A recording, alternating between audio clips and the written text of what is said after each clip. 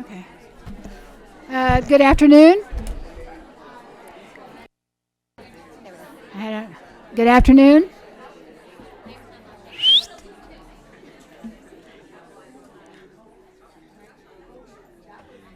Okay, as former caucus chairman of the Republicans in the House, that was my whistle to get everybody to be quiet.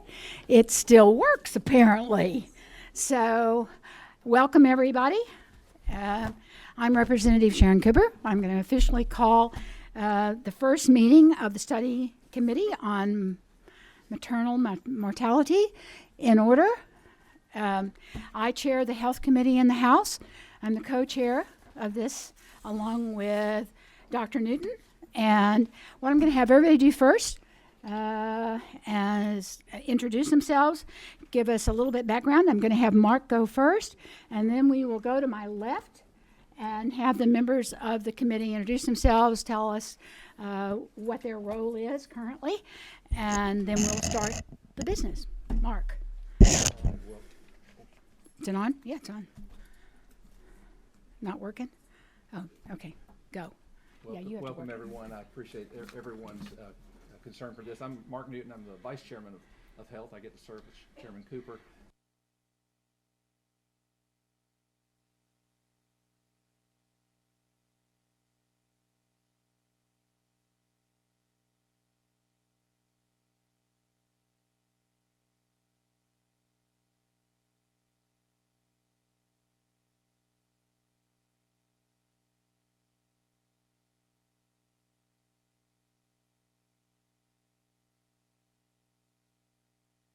Left. Sheila is one of the members of the House of Representatives. She's not on the committee, but she's sitting up here with us. So we'll skip Sheila and let the committee members start. So, what's your name? You're the first one. I'm Jane Ellis. I'm a maternal fetal medicine specialist at Emory. I'm based at Grady. Member of the, medical director of the Regional Perinatal Center at Grady, and also co-chair of Georgia's Maternal Mortality Committee. Okay. Thank you, Dr. Ellis. I'm State Representative Valencia Stovall, House District 74 in Clayton County. Okay, welcome. Thank you, Madam Chair. My name is Chuck F. Stration. I'm State Representative from District 104. That's Decula and Lawrenceville, parts of Gwinnett County. I'm an attorney in my other job. Very excited to serve on this study committee, and I also chair the Judiciary Non-Civil Committee in the House. Thank you.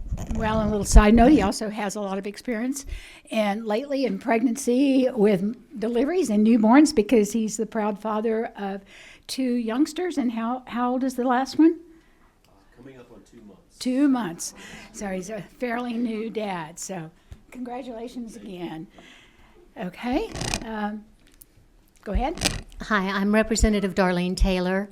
I represent the most southwest corner of the state, District 173.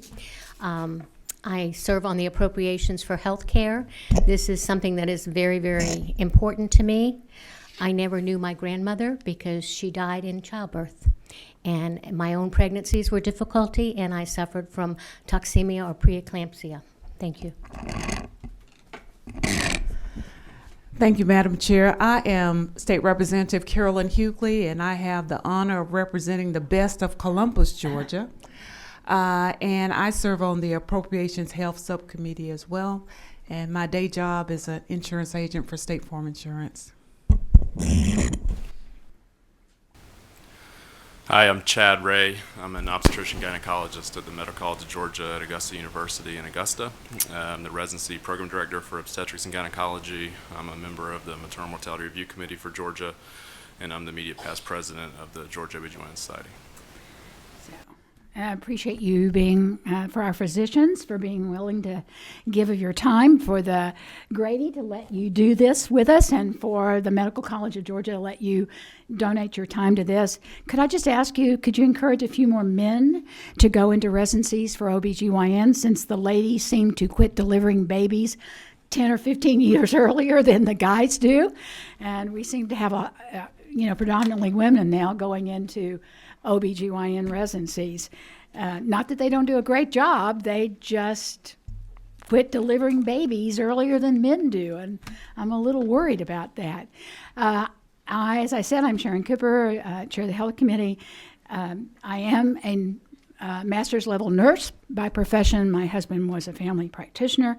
I had the pleasure of one semester teaching OB/GYN. I normally taught pediatrics and psych, but due to a medical emergency, and one of the best experiences I've ever had in my life, when student nurses were on floor, we delivered triplets that all weighed just about 5 pounds and were all healthy. So it holds a special place in my heart, that 1 3-month experience. So I appreciate everybody being here. This is obviously a topic of great interest to Georgians across our state, and you certainly show that by your attendance. And so with that, we'll get started, and I'm going to call, in one of my graduate programs, we talked about data, and the professor was a little crash, and he used to say, trash in, trash out. And what he was talking about, really, to put it in a nicer term, is that the data is so important in really learning where you are and how you need to go forward. And if data is incorrect or incomplete or outdated, then you are working like with one hand tied behind your back because you're working with incorrect data. And so for that reason, I have asked Michael Lindsay, Dr. Lindsay, and he is on the Mortality Review Committee, to tell us exactly how we get the data for our statistics, and to walk us through in very, very details about the process. And I do appreciate that. Dr. Lindsay, if you want to tell us a little bit more about yourself, we would appreciate it. Is this mic on? Okay. Hi, I'm Michael Lindsay. I'm a maternal fetal medicine specialist at Emory, and I'm actually one of the co-chairs of the Maternal Mortality Committee.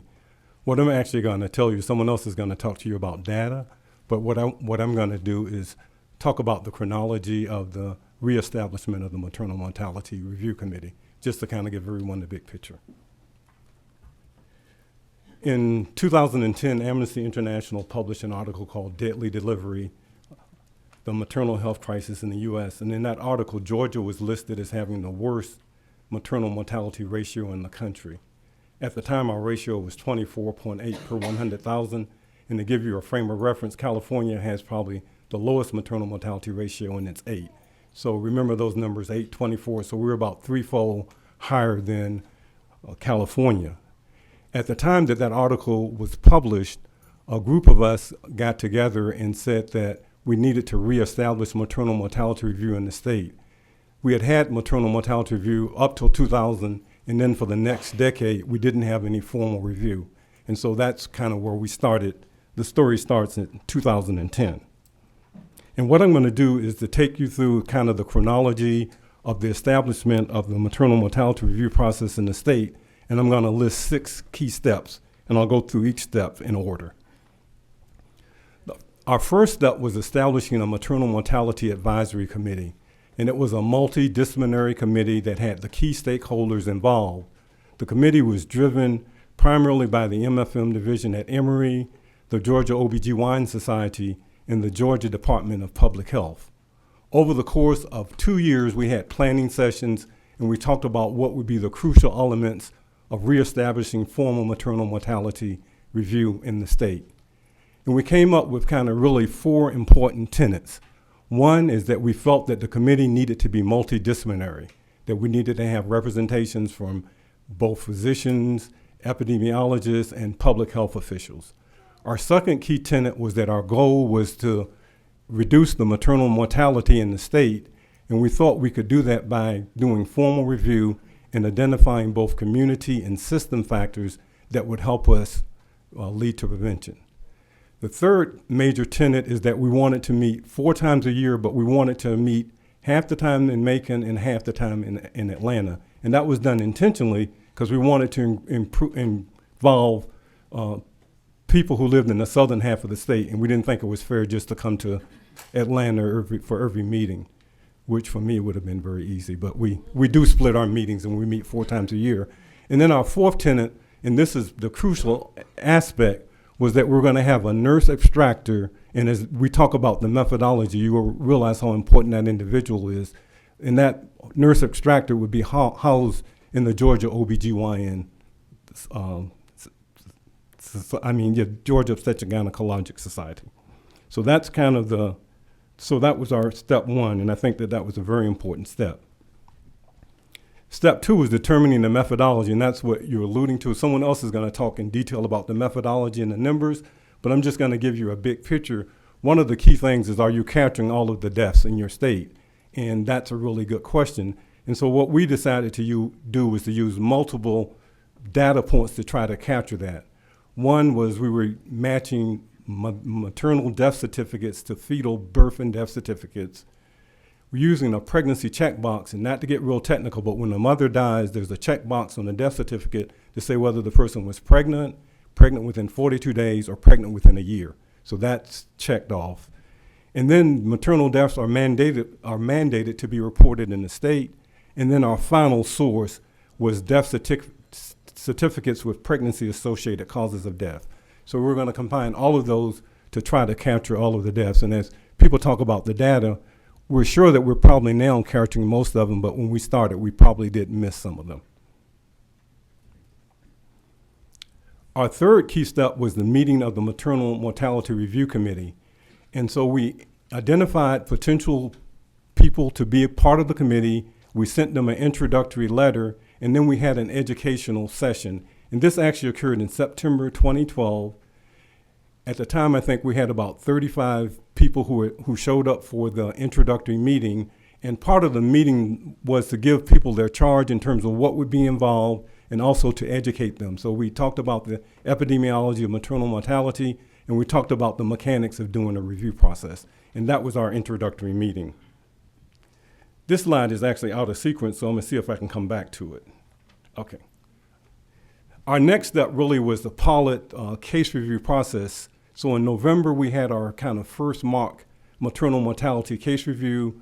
We identified 5 cases, and we went through the mechanics of discussing whether the death was pregnancy-related and pregnancy-associated. And someone will define those terms to you, but just the important thing, in terms of the way the maternal mortality ratio is calculated, it's calculated only off of your pregnancy-related cases. So that's really important to make a distinction, and that will be discussed in more detail. Let me see if I can go back.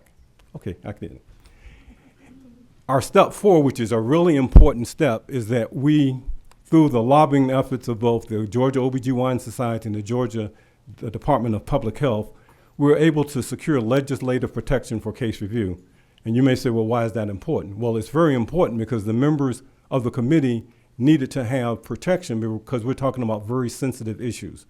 And so Senate Bill 273 was approved in the Georgia legislature in 2013 and 14. It was effective on July 1st, 2014, and it established protection for all committee members during the review process, and it also strengthened the authority of public health to obtain records needed for mortality review. And then the final aspect was it sort of empowered the legislature to continue to monitor what was happening with maternal mortality review in the state. I've already done the 5th step. And then our 6th step, which was really important, was we issued a formal maternal mortality report. And as the data is discussed, we've completed review for 2012, 13, 14, and we just completed review for 15, and that data will be shared with you.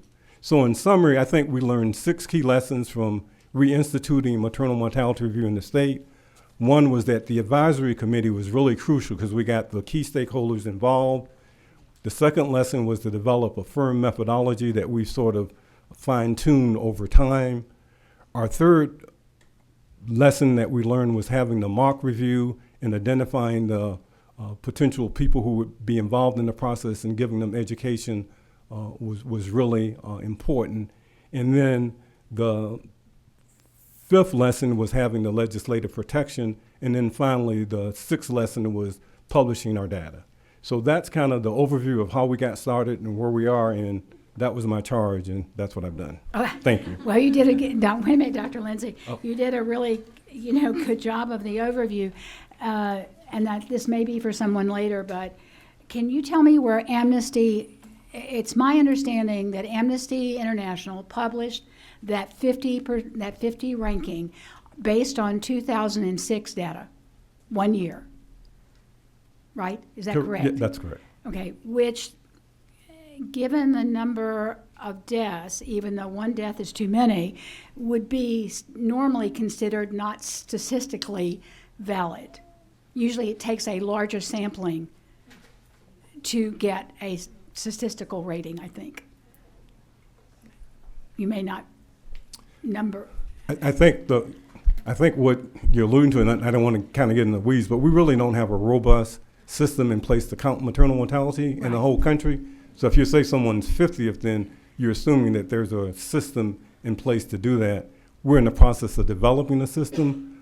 What I say a lot, and I think one of the things that we've learned is as we do the formal maternal mortality review, I think that that's probably closer to the truth in terms of the number, because as the process is described, it's a very rigorous process. Right. And we go through every case and we go through a lot of details, and it's very time consuming.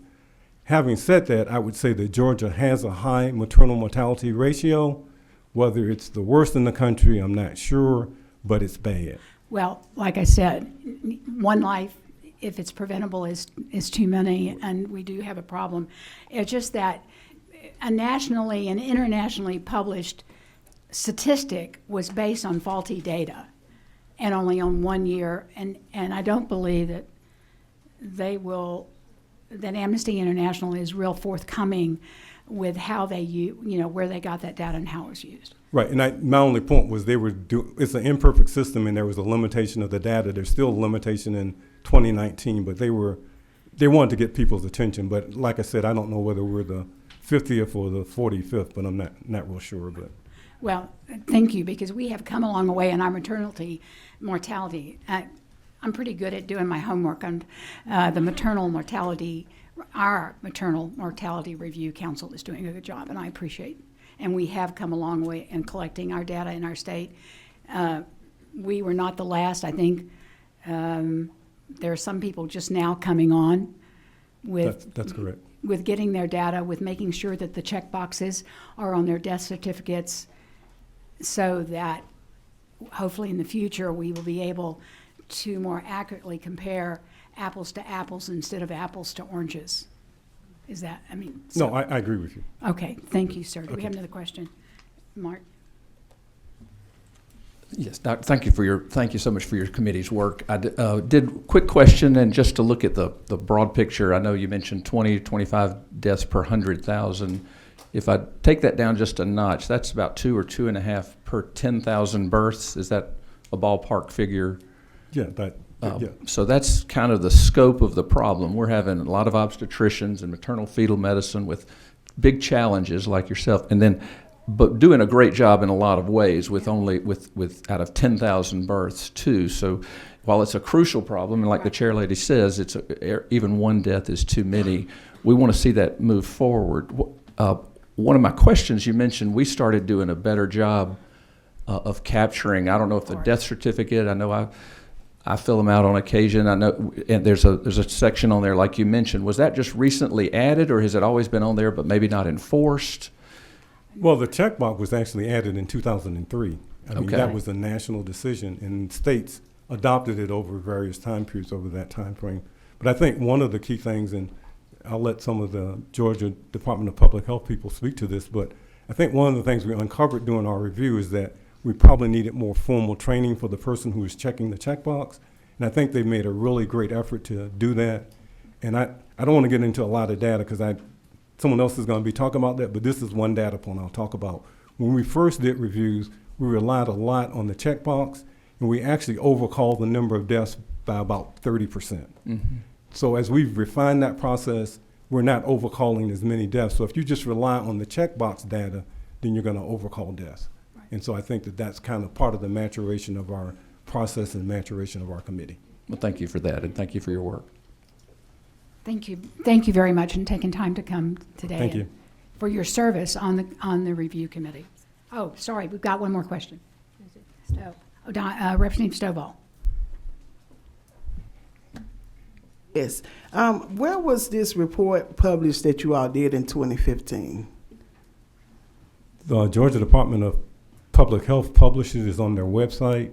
There are copies available. I'm sure that they can, but it's on the Georgia Department of Public Health's website, and there were paper copies of it, so it's readily available. Representative, you asking for the date that it was published? No. No, you're asking about where the was report. it? Yeah, it's where on the was it Georgia located? Department of Public Health's website. Okay, there's normally, like, if the general public wanted to know, how would they know to look on that particular website? Yeah, I'm not sure but if you Google maternal mortality in Georgia, I mean, you'll get a hit, and that will come up. But I mean, that's. Is that what it Okay, thank you. I think okay. is? Okay. Representative Taylor is saying that's what she did. She Googled infant mortality in Georgia. Okay. Chris Tice is a case abstractor. Get that out. Chris, you'll go ahead. So I think Michael Bryan's next, who is me, and Okay, well, then, I'm fine either way. no, let's go with, we just got them differently on the list here. Let's do it the right way, and that's, so are you Mr. Bryan? I am. Okay, I'm glad you spoke up. That's not the way I wanted that to start, but That's no problem. thank you all for having me here. I'm Dr. Michael Bryan. I'm the Director of Maternal and Child Health Epidemiology for the Department of Public Health. In that shop is a perinatal epi team, and that's where the data gets analyzed, and we also participate in the Maternal Mortality Review Committee, and things of that nature. For this first little segment, I'm going to talk about the data, how we find the cases mainly. And then the second talk I'll have is more on the results of the data after it's collected. Okay. So a little bit of background is just the trend nationally that we see. Over the course of about close to 30 years, the pregnancy-related deaths have increased substantially. The ratio, maternal mortality ratio, keep in mind that's pregnancy-related, has increased from about 7.2 up to 18 per 100,000 live births in 2014. That's down a little bit as of 2016, down to about 17 deaths per 100,000 live births. The data source for that is the Pregnancy Mortality Surveillance System, which is done by the CDC, PMSS, if you heard of that. Each year, about 700 women die as a result of pregnancy or its complications. And then one of the disparities that we're all focused on, both as a surveillance system and programmatically, is the race ethnicity disparity, where Black non-Hispanic women are about 3 to 4 times as likely to die due to a pregnancy-related complication. That bears true in Georgia. So since this is the first meeting, I thought I'd provide context, the parameters for the lingo that we'll be using from our perspective.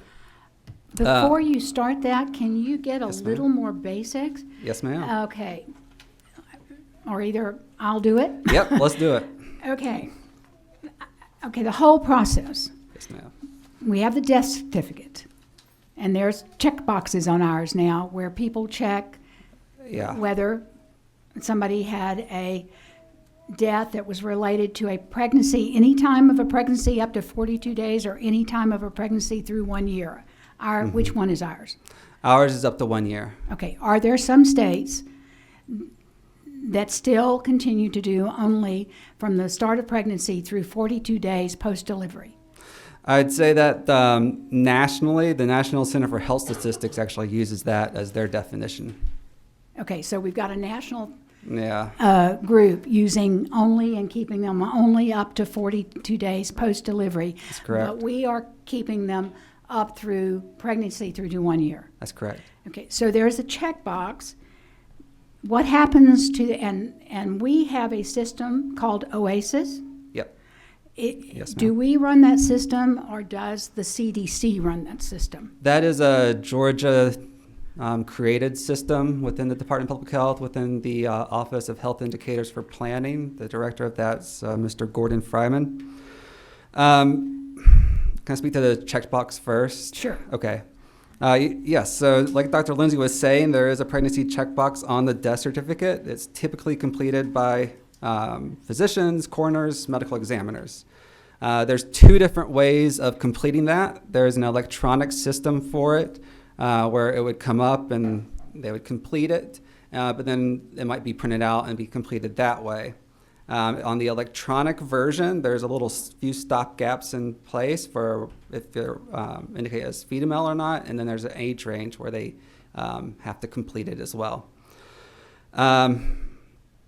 But then on the hard copy, that stopgap measure is not there, so I'm trying to switch around on the PowerPoint to that section. But when the paper form is submitted to the Vital Records clerk, they enter it as it is in the record. Okay. Where does that information go? That goes on to the death certificate, No, oh, right. which is then goes to Vital Records, and there's an Office of Vital Records within the Department of Public Health. And And then it would go to your department, but how does the CDC get it? right, so we send on a regular basis to the National Center for Health Statistics our death data. They take textual information from that to create the cause of death codes that then we then use to abstract for the pregnancy-related deaths, maternal deaths. Okay, but what I'm trying to get at, the CDC is the one who posts for the years 2012 through 2014. They posted that there were 205 deaths. Okay, and there was a little footnote that said that you could go to the Georgia Maternal Review Committee and see the related deaths, correct? Who put that data out? Who determined during those years there was 205 associated deaths? And Right, if it's from the CDC and from the National Center for Health Statistics or National Vital Statistics System, then that is a federally derived number. It's not one that we would claim to have authority over. but they would post it on our OASIS. No, our OASIS is from, I know it's complicated here. Our OASIS comes from our vital records that we do get back from the CDC, and then we process. And because of a difference in definitions, what you'll see in OASIS within the maternal deaths module of it, there's maternal deaths, which in that definition is only up to 42 days. But then that's a number, and then there's a maternal mortality ratio, and it suits that number. But then there's a number for late maternal deaths, and the way they define it is the 43 to 365 days in OASIS. And taken together, that's where that 205 number would have come from. And we would have posted it, Georgia would have posted it, Georgia Public Health would have posted it. It's out there, so, Is it on OASIS, that 205? well, if you add the two different categories together, Okay. yes, you come up with 205. Okay. Okay, and yet at the same time, and people will hear about it in the future, our maternal mortality division reviewed the charts and did all that, which whoever reviewed that did not have the charts to look at, and came up with only 101 deaths due. And that is Right. what, there's this, and that, so the thing on OASIS, it hadn't really been changed, there's just sort of a footnote. Right, so that kind of goes back to the initial definition of the difference between maternal deaths, which is the same as saying a pregnancy-associated death, regardless of whether it was actually related to the pregnancy or its complications. Then there's pregnancy-related deaths, which is that 101 number. And then the rest, which is from the MMRC side, 250 overall. So 149 were pregnancy-associated, not related cases. Okay, so what I'm trying to get at is we're publishing a number that looks much worse. It was over 100% too many deaths reported. I Right. mean, it was like, so what they did with the larger number, if you died in a car wreck, for example, Exactly. and you had been pregnant during that first year, Right. it got checked off on the box that you died in something that was related to, as associated with, okay. But it still made a very large number for somebody to go out there and look at. Right. It Right. would, in my mind, that's conceptually kind of a preliminary estimate of maternal deaths that does not benefit from the review process that the MMRC offers, is how I understand Any it. chance we could make that clearer in the future, that it's a pre-estimated, and maybe that would not make Georgia look so bad and might lead people to really understand how it's, Right. that's what I'm getting at. No, is- I totally agree with the direction you're going, which is similar to why we're trying to improve the pregnancy checkbox, like Dr. Lindsay was saying, is what we try to do is verify that it's completed correctly so that we don't get a lot of what we call false positives. So we're trying to reduce the false positives, which would then reduce the overestimate due to how that checkbox is used to identify maternal deaths.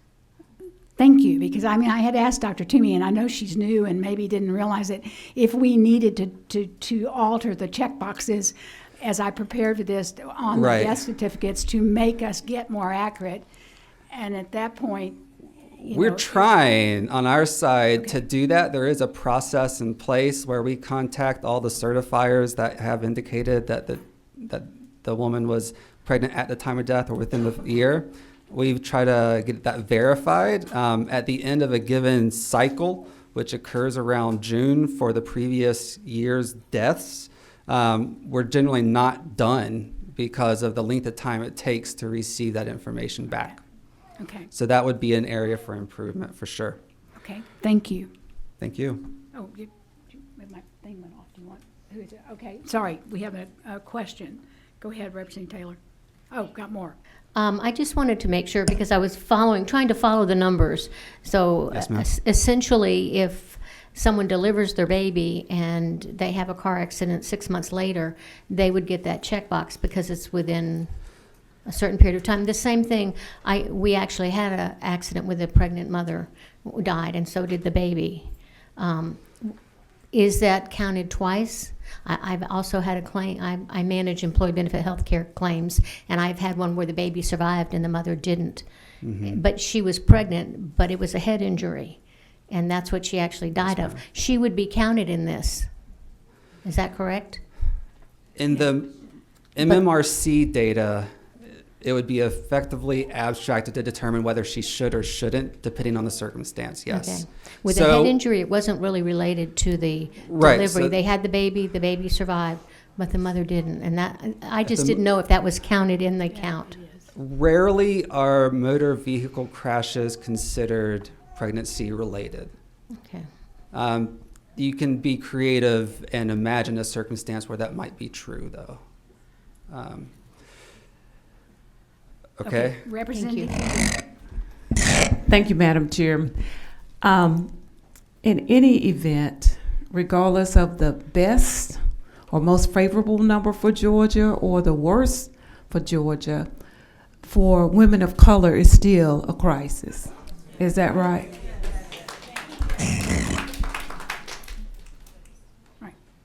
Representative Hughley, in no way am I trying to deny that or not emphasize that.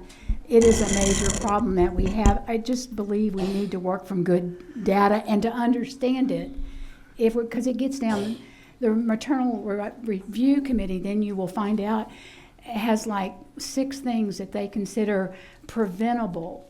And when we get correct data, that helps us know if women of color have more problems with the heart problems that they develop later on when we have the correct data, then we know that that's an area that needs more attention and concern. So that's why I'm trying to make sure we get to the correct Right. data. And that really drives home the point that catching up to the current year would also be beneficial for all of us. That would be helpful in delay. However, after looking at the steps you go through to review the charts and all, it is very time Right. intensive to get the data correct. Right. And- So if I can, Okay, I we guess have Dr. Ray. So just for clarity, I'm a student of the data because, just like anyone else, I'll often hear how Georgia's compared to, developing countries and instead of being compared to gold standard Right. review in industrialized countries, correct? right. So for one, there are so many different databases, and it appears that, and you can correct me if I'm wrong, that the OASIS information comes from the CDC Wonder database, which is different standard, pregnancy checkbox driven, with 42 days instead of 365. Is that correct? Not entirely. So the CDC Wonder data does use Georgia Vital Records data that we've sent that to the NCHS. NCHS then sends us the coded data back, and OASIS uses that data set to analyze and through its methodology identifies the maternal deaths that way. CDC Wonder does not use PMSS type. That is a correct statement. Yes. So, again, for me, it's about comparing, as Madam Chairman indicated earlier, apples to apples. Right. So when it comes down to what is truly gold standard is maternal mortality review. That's correct. Moving that way nationally. The United States has not put out data since 2007 because Right. it's difficult. And what we find is that when Right. states do maternal mortality review, they actually find that their numbers are widely disparate compared to what is reported. So it's important to Right. collect the data accurately and obviously because I'm asking questions and this is what I And do. you're on the committee, right? It is actually an incredible challenge. So at least It is a huge we're all on the same page. undertaking that with Dr. Lindsay and Dr. Ellis's leadership has come a long way over the past years, for sure. Thank you, Madam Chair. Go ahead. That's Okay. it for that one. Slide 2. Sorry, I apologize. No. In Georgia, maternal deaths are notifiable. Unfortunately, only about 3% are sent to us through their reporting form. There is a reporting form on the State Electronic Notifiable Disease Surveillance System, SENS by popular nomenclature. So we look forward to enhancing that reporting. That is one method of case identification. The second is the pregnancy checkbox, which we just got into a little bit, and I can address a little bit more in just a second.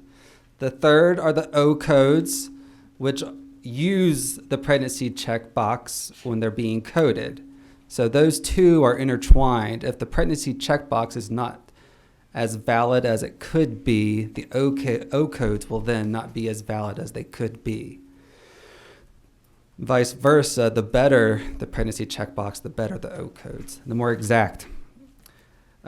We do two different linkages at minimum. One is a deterministic and one is a probabilistic linkage from the death certificates to birth and fetal death certificates. And then we also receive information from LexisNexis on media reports of maternal deaths, and we do a manual review of news outlets to identify maternal deaths as well. Okay, we have a question. Go Yes. ahead, Mark. Quick question. I've seen recently some 2017 numbers. Obviously, we've not had our committee be able to carefully review 2017 or 16 numbers and Right. report it publicly.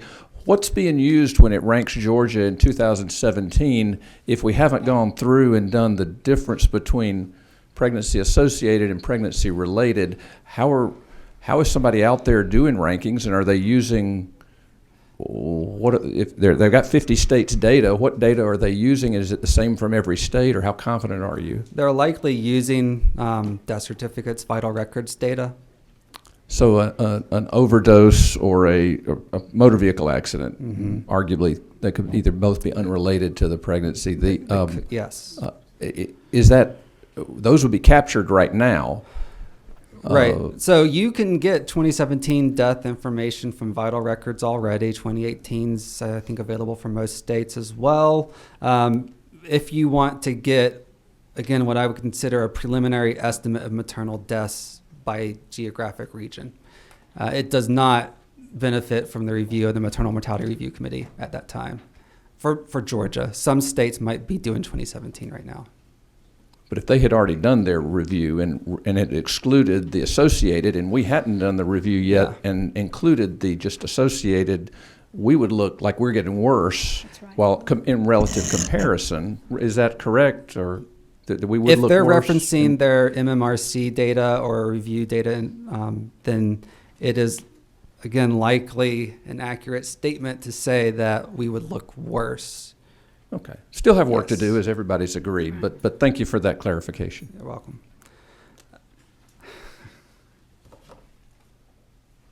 We've gone over pregnancy checkbox. The linkages that we do, one's called deterministic, which is exactly what it sounds like. It's a direct linkage of death certificates to birth certificates and fetal death certificates. It uses the name for the mom on the birth and fetal death certificates. It uses date of birth and social security number and some other fields. If there are exact matches, then that would count, and that's one way to validate whether the pregnancy checkbox was correctly completed as well. A second linkage is probabilistic linkage. We do multiple iterations of this. It is a lengthy process. We use a combination of a traditional statistical analysis software in conjunction with a software specifically for the purpose of probabilistic matching. And it uses similar fields, similar variables, identifiers, and the same set of data sources. And if a minimum threshold value of about 70% is met, so a probability of 0.7, we would do a manual review and see if that should count as a potential or suspected maternal death to review. Okay. As it relates to this section of my talk, there are opportunities that we've already identified and talked about a bit. One is to do continual quality improvements to the pregnancy checkbox in different forms. As an agency, we strive to improve each year on that. We find that sometimes mailings work better than sending an email. Some people like the hard copies, some people don't. Reaching out to the correct person, the correct certifier, is also something to improve on. But I do agree with the statement of training for this would also be good, but also difficult considering the number of people who can certify deaths. Outreach for notifiable disease reporting is important as well. As I mentioned earlier, about 3% of the deaths are reported to us, even though it is a reportable condition. We're developing the technical capacity to improve that. One is like on the electronic form of the death certificate is if a certifier clicks that someone was pregnant or pregnant within 365 days of that death, to have pop-ups to make sure they meant it. And then if they say yes to that, direct them to SENS. That has not been implemented yet, but it's in the works. Hopefully January 1 next year is when we aim to have it going. And then to improve overall information gathering, as we spoke about a little bit earlier, understanding the social determinants of health for these maternal deaths is important, I think, for multiple entities and stakeholders for this effort. We have been attempting to add that data to the review process. It's been well received so far. We're going to do continual efforts to identify data points that would enhance the committee's understanding of the socio-spatial context of the woman, so that we might aim toward primary prevention. And then another step is to integrate other surveillance systems. Georgia has really good, that's my technical terminology of the day, surveillance systems in place. One of those is the Georgia Comprehensive Cancer Registry. It receives awards on an almost annual basis. And integrating that as a data source for the committee. Another is the Georgia Violent Death Reporting System, which collects data on all suicides and homicides and data. There's a lot of overlap there where they collect circumstantial information, weapon information, toxicology results, offenders, love triangles, all sorts of different demographic information that would be useful for the MMRC as well. Are there questions at this time? Ms. Stovall, okay. Representative Stovall. I have a question about why is it difficult Yes, with the ma'am. training for them to be able to complete the checkbox? Can you help me to understand that part? Sure. My aside is I'm not over vital records in any way. It's the number of people who do certified deaths is both a lot and it changes pretty frequently. And so you might hold a single training, but the long-term effectiveness of that would not be great. So it'd be something that had to be iterative, done over and over again. An overall strategy should probably be in place if you're going to do that. Does that help? Are we talking, and along Representative Stovall's a good question, are we talking about the fact that, what do we have now?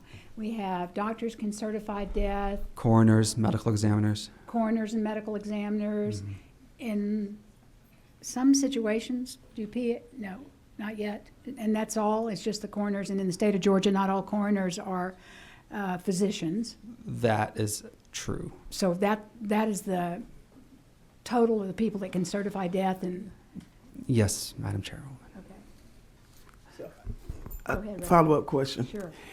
So I understand about with the training, and I guess I'm just looking at it from the perspective of if there's other detailed training that those particular individuals are going to have to receive anyway because of all the updates that happen in the health field. Right. It just seemed like, and I guess that when you mentioned about the strategy, I think that falls into place with the strategy because the information is very vital Right. for what you need, because if you have wrong data going in, you're going to have wrong data coming out, which is what we're talking That's about correct. today. So definitely interested in seeing how that strategy can be able to work to make sure that it is effective I agree. for what we're trying to accomplish and the information that we need. I mean, my hope is that this committee assists with that effort. Okay. Representative Stovall, at the end, we're going to come up with things that we might possibly change. Be sure and write that down.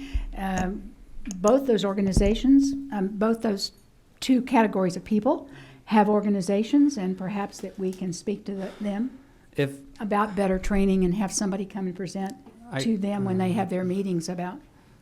I will add that Improving. an added benefit of that would also be improved vital records data that is used nationally as well, which would then make the estimates more similar and comparable. Yeah. So there's broad goodwill that could be done there. Representative Newton. No, back in January, when some of this came out and we first got some of our, I believe 2014 data came out in January of this year. That seems right. Is that right? I'm glad to hear that we've already may have 15 Again, picking that's up. under the leadership of one of your committee members and Dr. Lindsay. Well, thank you. Thank That's you. one of the things we were hoping to work with Dr. Toomey and others was to shine a spotlight on this and make sure you had the resources you need. And one reason would be we'd compare accurate to accurate with other states, but at the same time, we could tell whether implementations of policies were were making a difference, or if we needed to go a different direction. Do you see, well, maybe this isn't the exact time, but somewhere down the road, we want to make sure that your committee, the whole committee, has what they need from us. We do the appropriations start in the House with us, so we want to make sure you have what you need to get that data out as quickly as possible, so that two things: we get accurate numbers for ourselves, but we also publish accurate numbers for others. Correct. Excuse me, Yes, ma'am. I believe, didn't we put $200,000 in the budget that's undergoing now for a new, what do you Data call them? abstractors. Nurse? Abstractors. Nurse Nurse abstractors, abstractors, Yes, right. That's that's right. been welcome to help with this effort to get caught up. Thank you. Well, should that make a good dent in it? It should definitely assist us on the abstracting side. Yes, ma'am. Good. Thank you. Okay. Thank you. Okay. Any other questions from the committee? No? Thank you very much. Thank you. Okay. Okay, now Chris Tice, who is an extractor? No. No? Case abstractor? Oh, yes. She's talking about this. Okay, here we go. Hi. I saw your head shaking a lot while we were talking about other things, so, Yes. fill us in. Yes, great. Good afternoon. I'm Chris Tice, and I am the Maternal Mortality Review Coordinator and the lead abstractor for the committee. We've bounced around a bit, and I think I can answer a lot of the questions y'all just posed, too, and a lot of the thoughts there. I've been in this job about 2.5 years now, and when I came on board, we were just finishing up the 2013 year data, and I helped finish the 2014 year data. And since, in 1 year's time that we were just talking about, we've just finished the year 2015 from last September to this September. So we've made quite a jump in our processes of review. So that was a big accomplishment for us, and we're very excited about that. Did you tell us what your background is? Sure. Are you a registered nurse, a nurse, or? I am a registered nurse, and I'm also a certified nurse midwife. Okay, So great. that's my background. To look at these, that's certainly reassuring that those kind of qualifications are the person looking at the data to get us really accurate data. Exactly, and that's what we'll get into a little bit of what we're looking for with our abstractors so that we can get you the best information. Okay. Absolutely. So let's move forward here. As you know, when we look towards review and we want to abstract cases, I'm going to give you a little education on what my daily is and what the committee is looking for.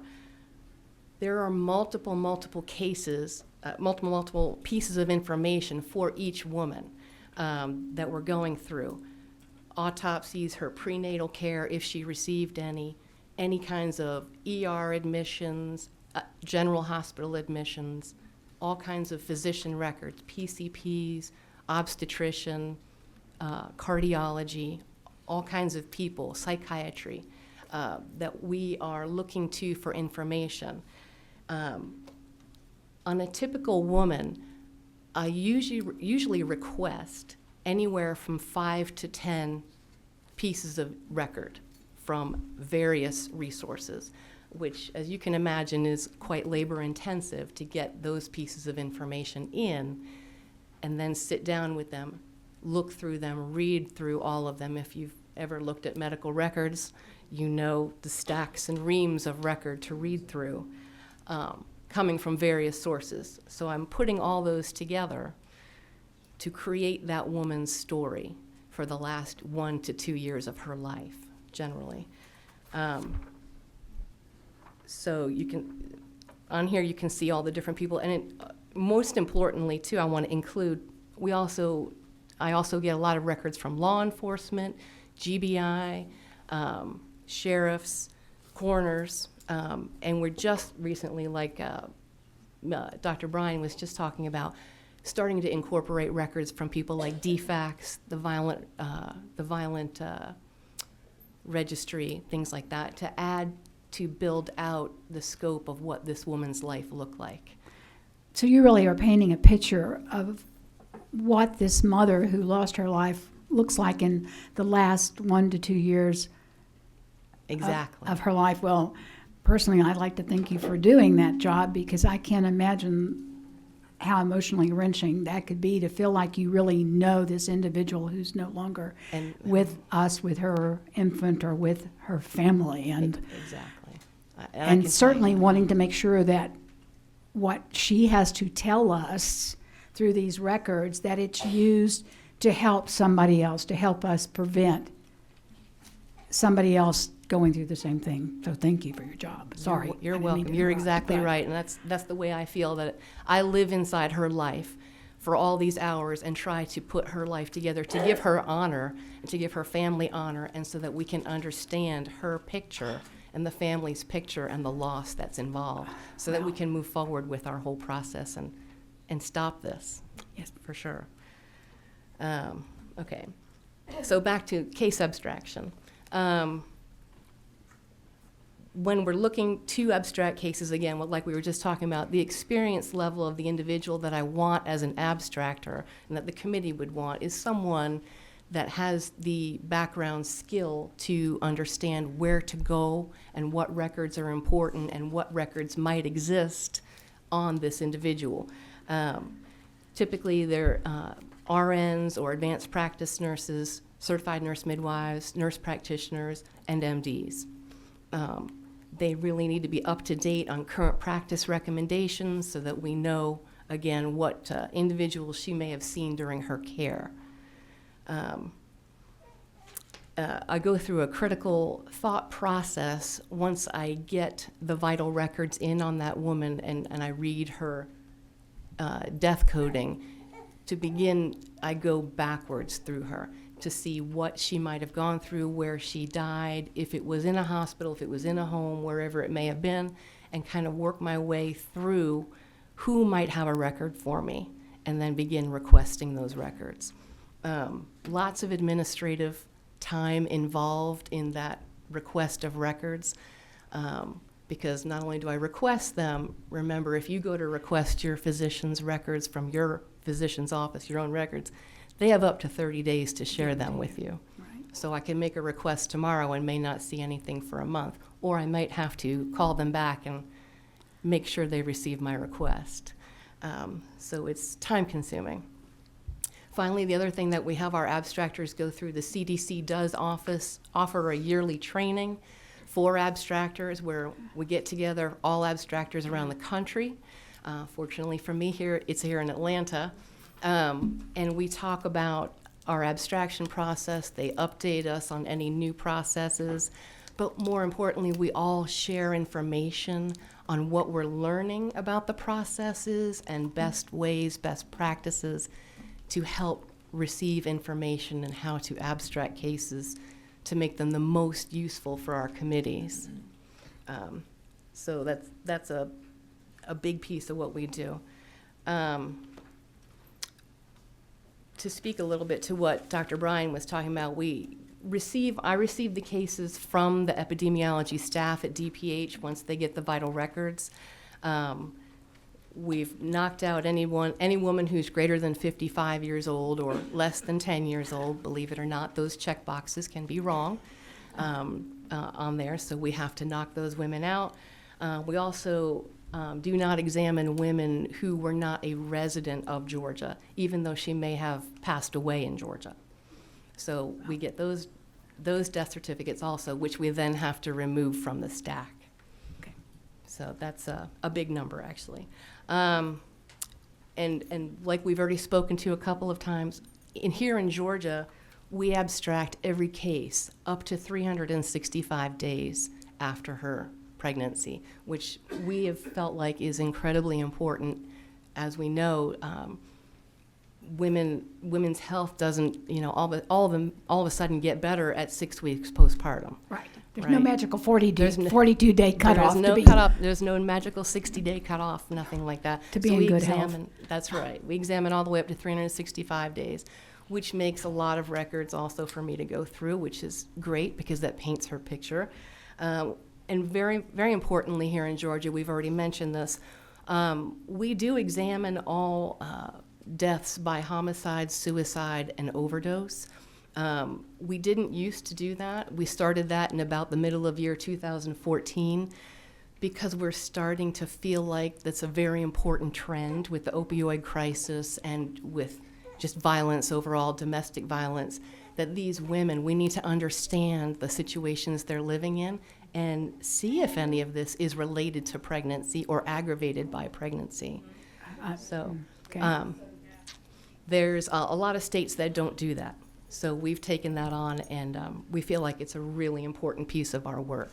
But, going so you forward. are saying that could influence the numbers that we have if other states are not including that, and it is very important for that to be included.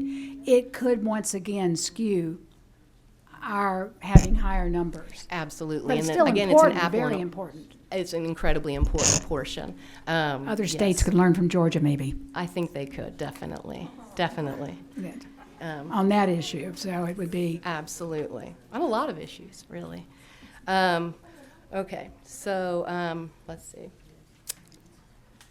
So once I read this woman's goings on in life for the last year to year and a half to 2 years of her life, I then sit down and create a summary of what's gone on that has all of her clinical background on there, plus any social that I can find to add in for the committee.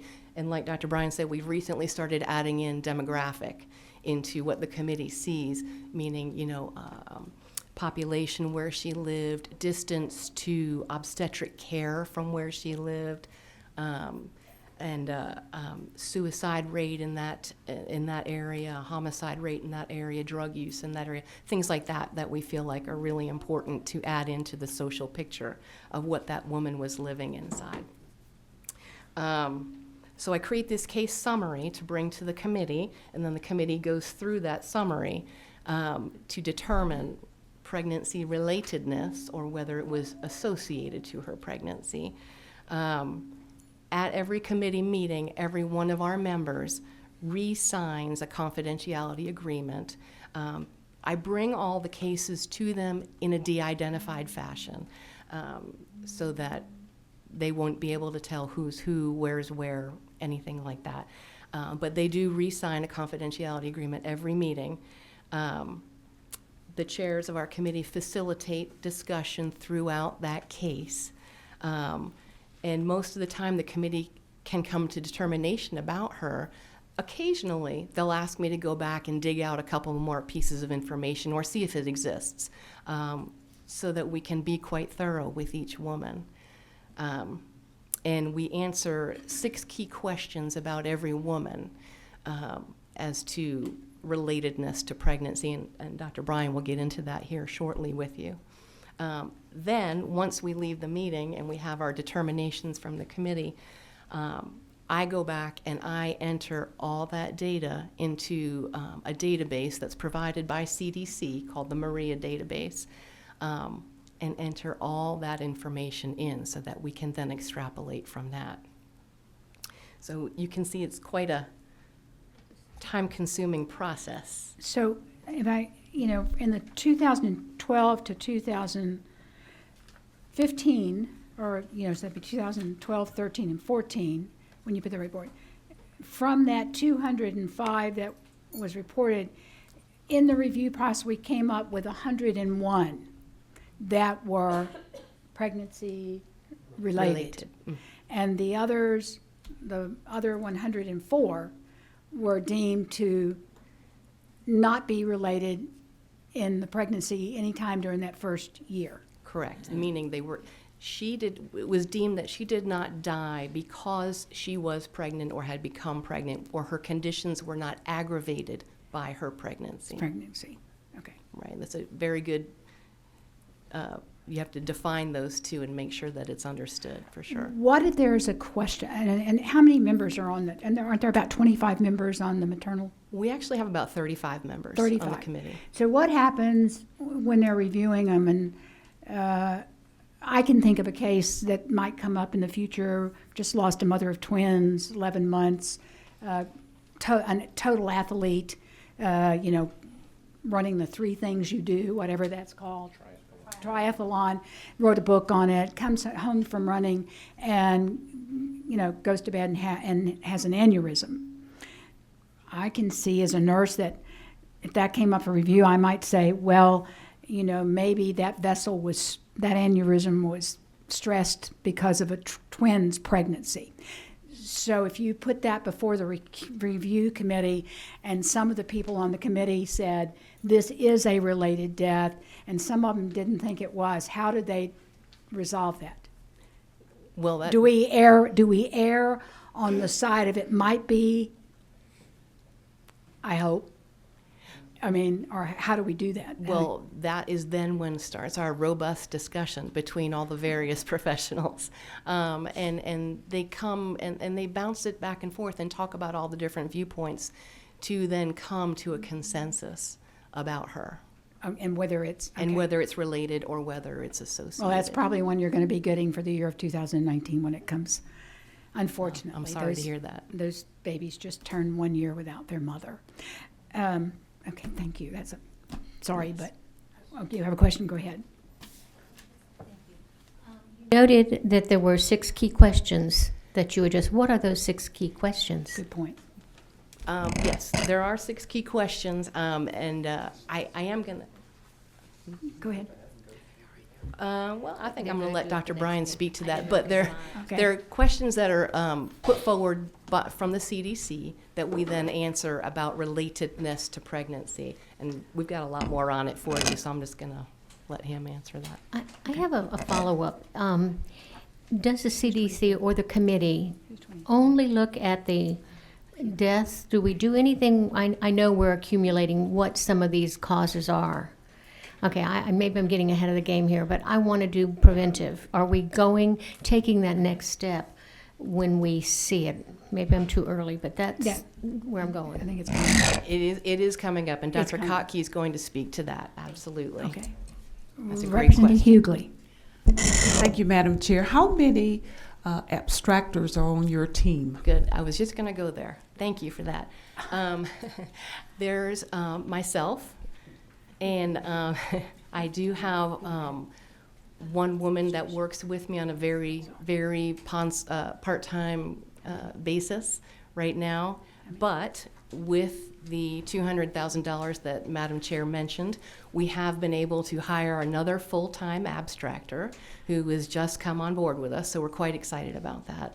And we're hoping to make great strides with that. I'm also in the process of getting a part-time abstractor or two with that dollar. So we're hoping we can make great strides in the next 1 to 2 years and catch ourselves up. If I could ask one other thing. Sure. Does your team kind of reflect urban versus rural? I mean, the different parts of our state, because some of the circumstances would be different, and you would look upon them differently depending on where you are in the state of Georgia. That's a great question, and we do strive to have variety and on the committee. Yes, definitely. We have rural representation, urban representation, private clinicians, academic clinicians, various specialties. Everywhere from cardiology to anesthesiology to RNs to psychiatry.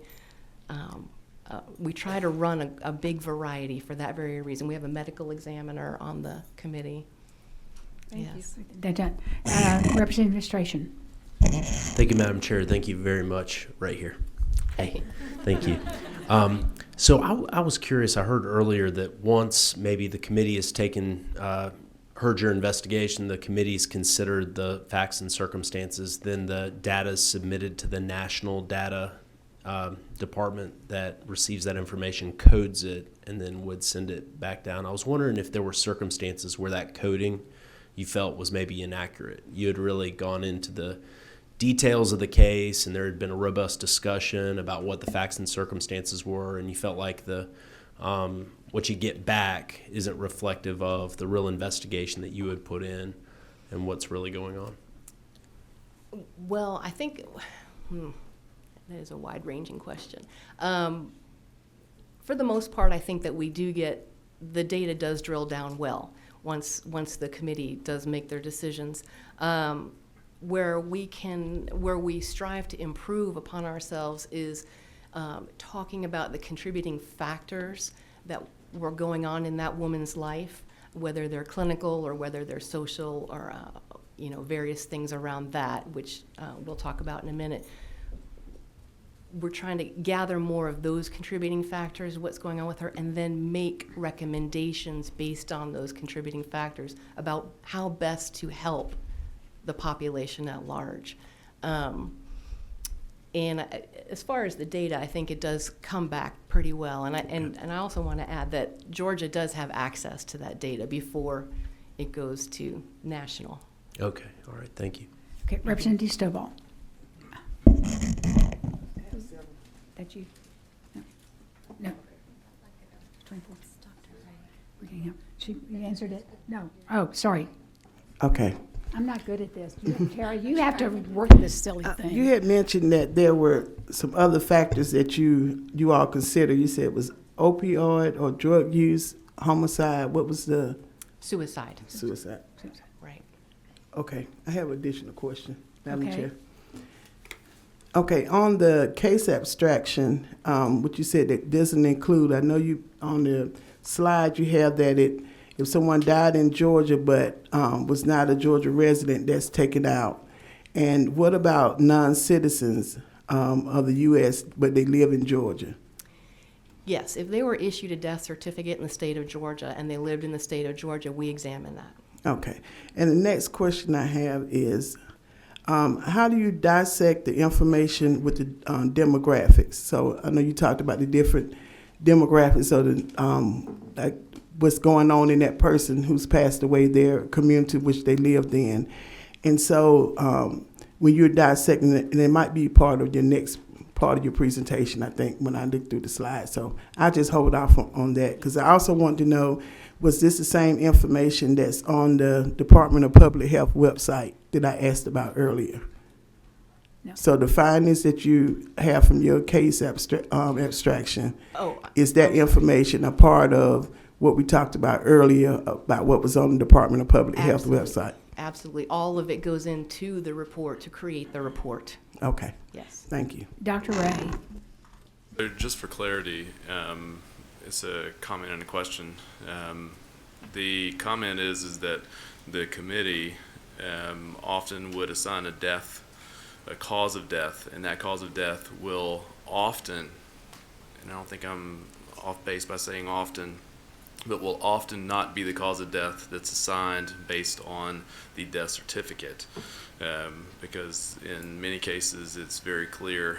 For one, there's not a postmortem examination on a large number of cases. While we do see postmortem exams, often helpful, sometimes not.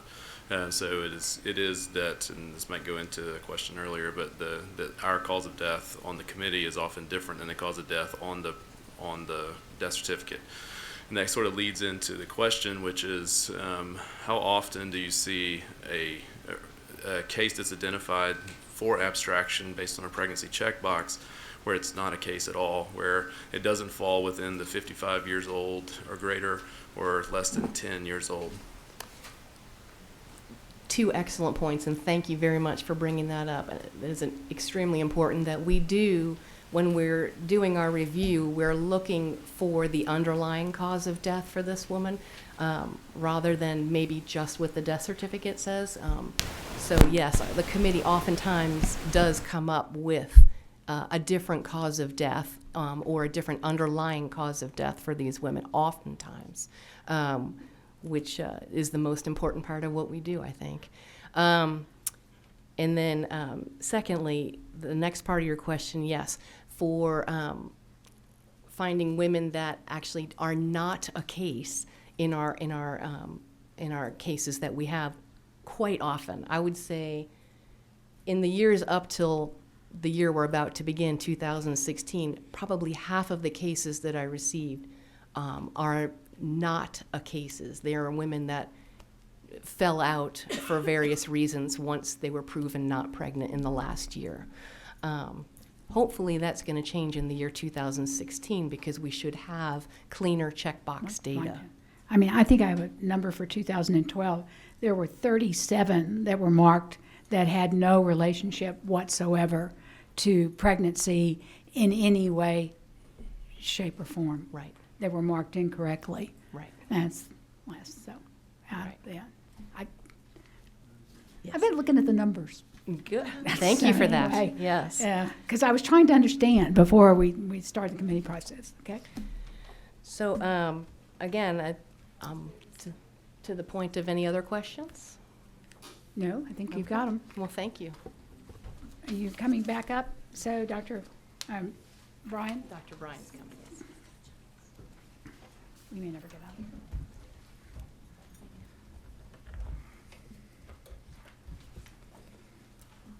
I am back, yes, ma'am. But hopefully this is, I think this section a lot of y'all have been waiting on. Oh, Southern accent just came out a bit, sorry about that.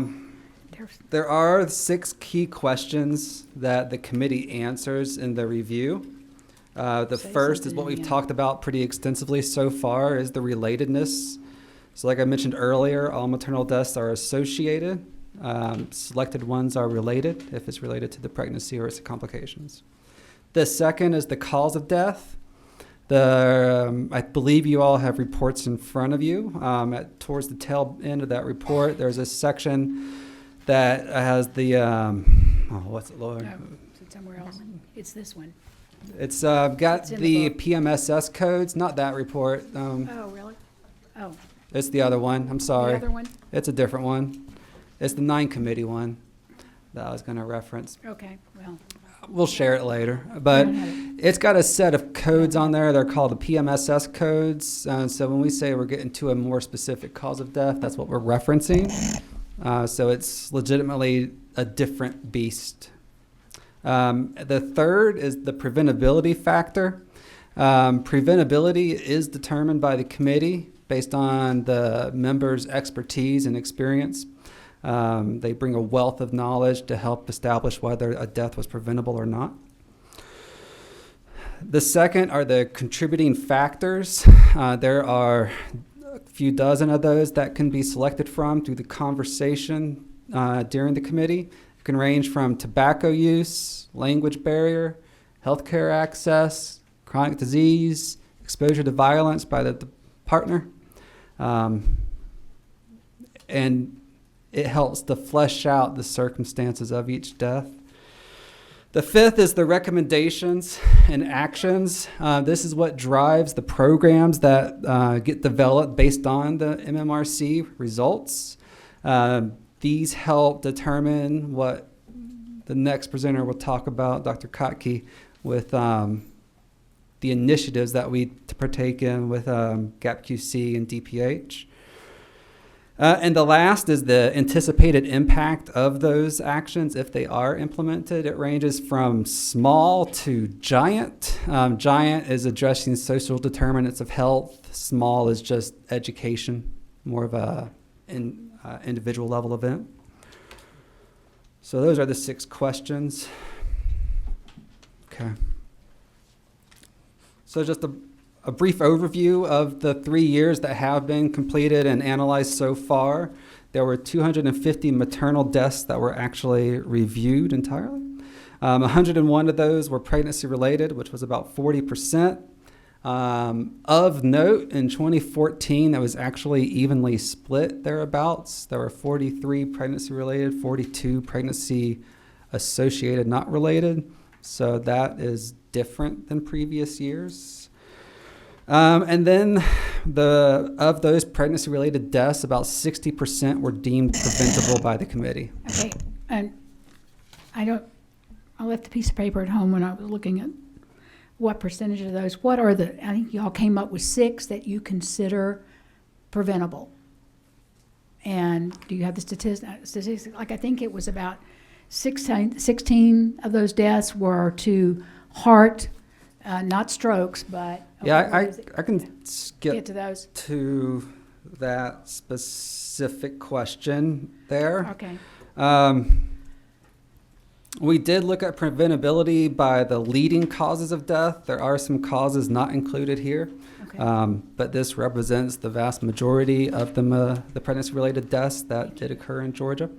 and that were reviewed, you'll find that a lot of the cardiovascular system related deaths are preventable. For hemorrhage, that was 85%. For coronary conditions, that was closer to 70. And then for preeclampsia, eclampsia, 63%. So in general, I think it is fair to say that a lot of these deaths were determined to be preventable in different ways by the committee. I mean, you have one there I would question. That would be the amniotic fluid embolisms. It's my understanding medically, okay, we've got, how about the resident teacher down there? That one is still. It's a challenge to assign preventability to something. Go ahead. Oh, sorry. Can you go to 25? 25. Can you switch?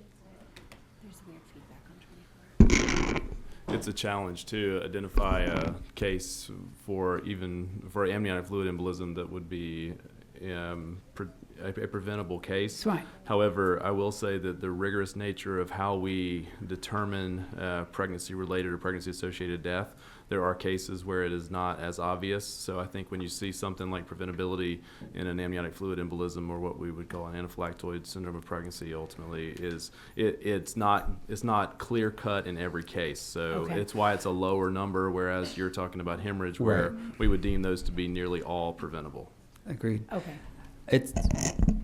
I pulled up the slide that is the number of deaths by cause of death. So you'll see that it's only 8. Yes. And so that would I mean know, that it's just- 2 of those were determined to be preventable.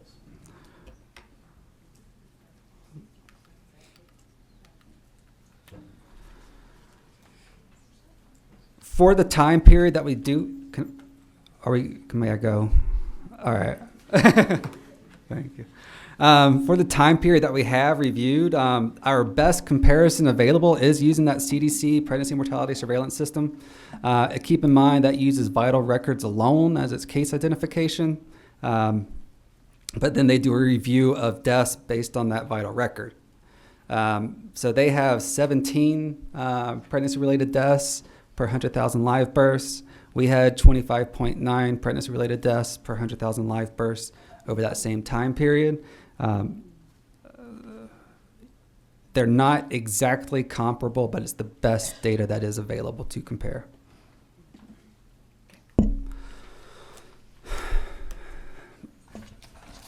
Next is the the disparity by race ethnicity that does exist in Georgia.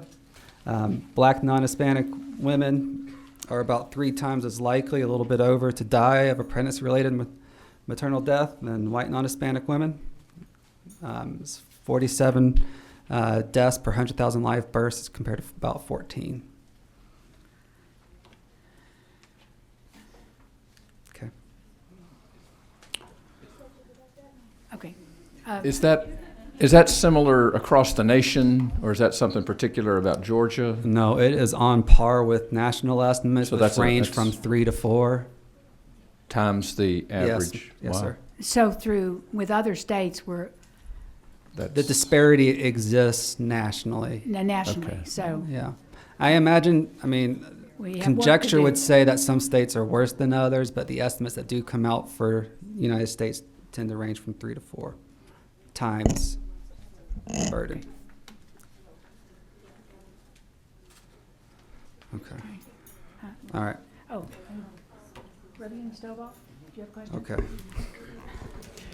We're never I have a gonna- question on the 35 plus years of age, on that particular slide for Yes, ma'am. 52.2.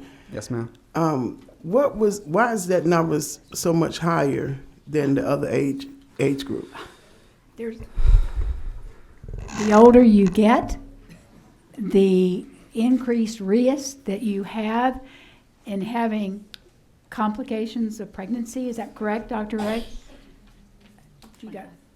I got 25s on for you. I will say this: it's from a demographic standpoint, if you look across all age groups, non-pregnant men and women, you certainly have a higher likelihood of cardiovascular disease with age, and we have nationally seen that number and that rate of death related to cardiovascular disease and ease into younger demographics over years.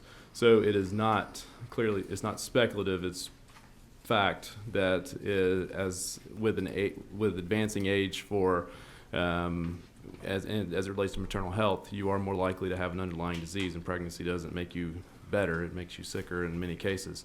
And I think if you look at it too, we also see that that trend has also changed as causation of death is assigned, especially in a more accurate way like we do with a cardiovascular specialist and things like this.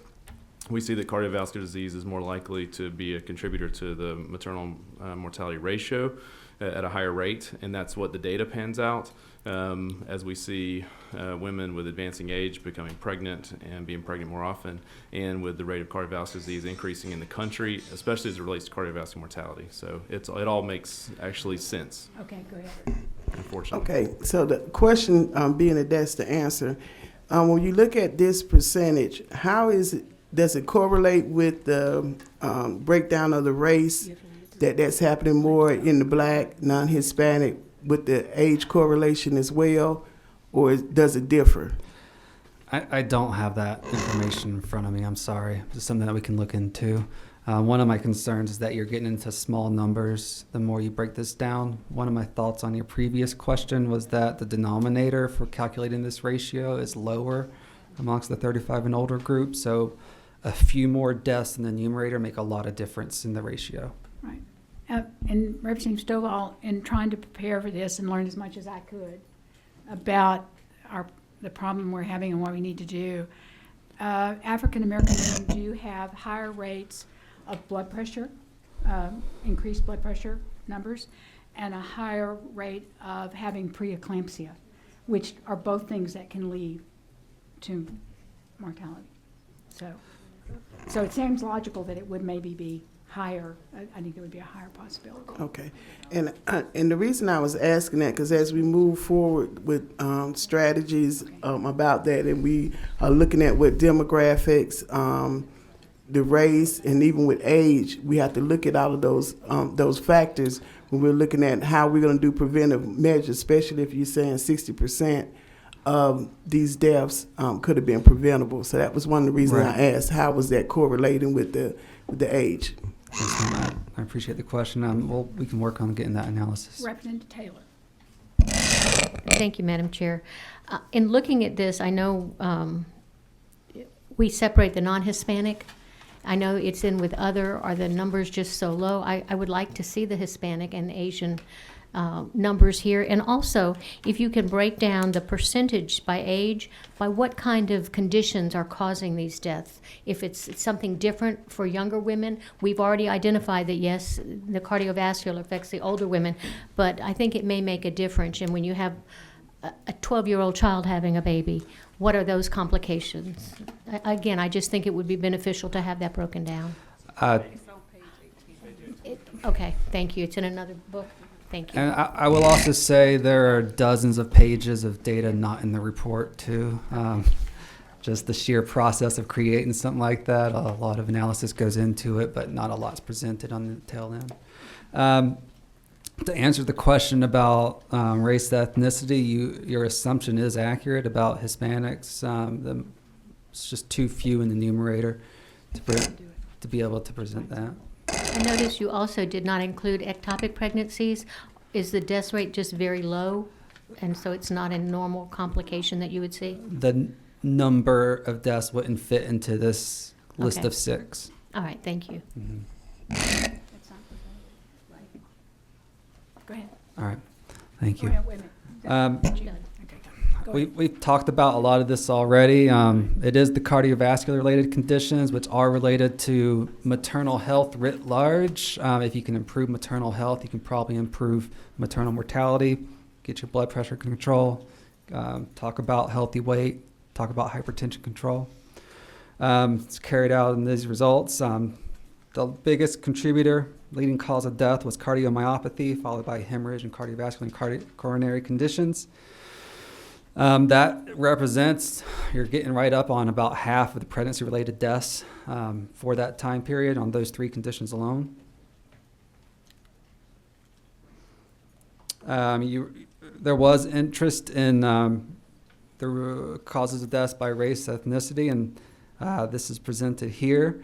I think what is effectively presented here is also drivers of disparity in terms of the deaths. For example, cardiomyopathy was the leading cause of death for white non-Hispanic women with 5 total deaths. But there's a difference of 5 between white non-Hispanic women and black non-Hispanic women. A different example would be preeclampsia and eclampsia. Among white non-Hispanic women, we recorded 0. Among black non-Hispanic women, we found 8. These are what I would consider drivers of disparity, areas to improve. We've talked about preventability already. There, I think, is interest in understanding the role of the timing of death as it relates to the pregnancy. Keep in mind when you're looking at this chart, the time frames are all different. The first is about 9 months. The second is 1 day. The third is 42 days. The fourth is about, 180 minus 42. Close to 140. And the rest is about 185.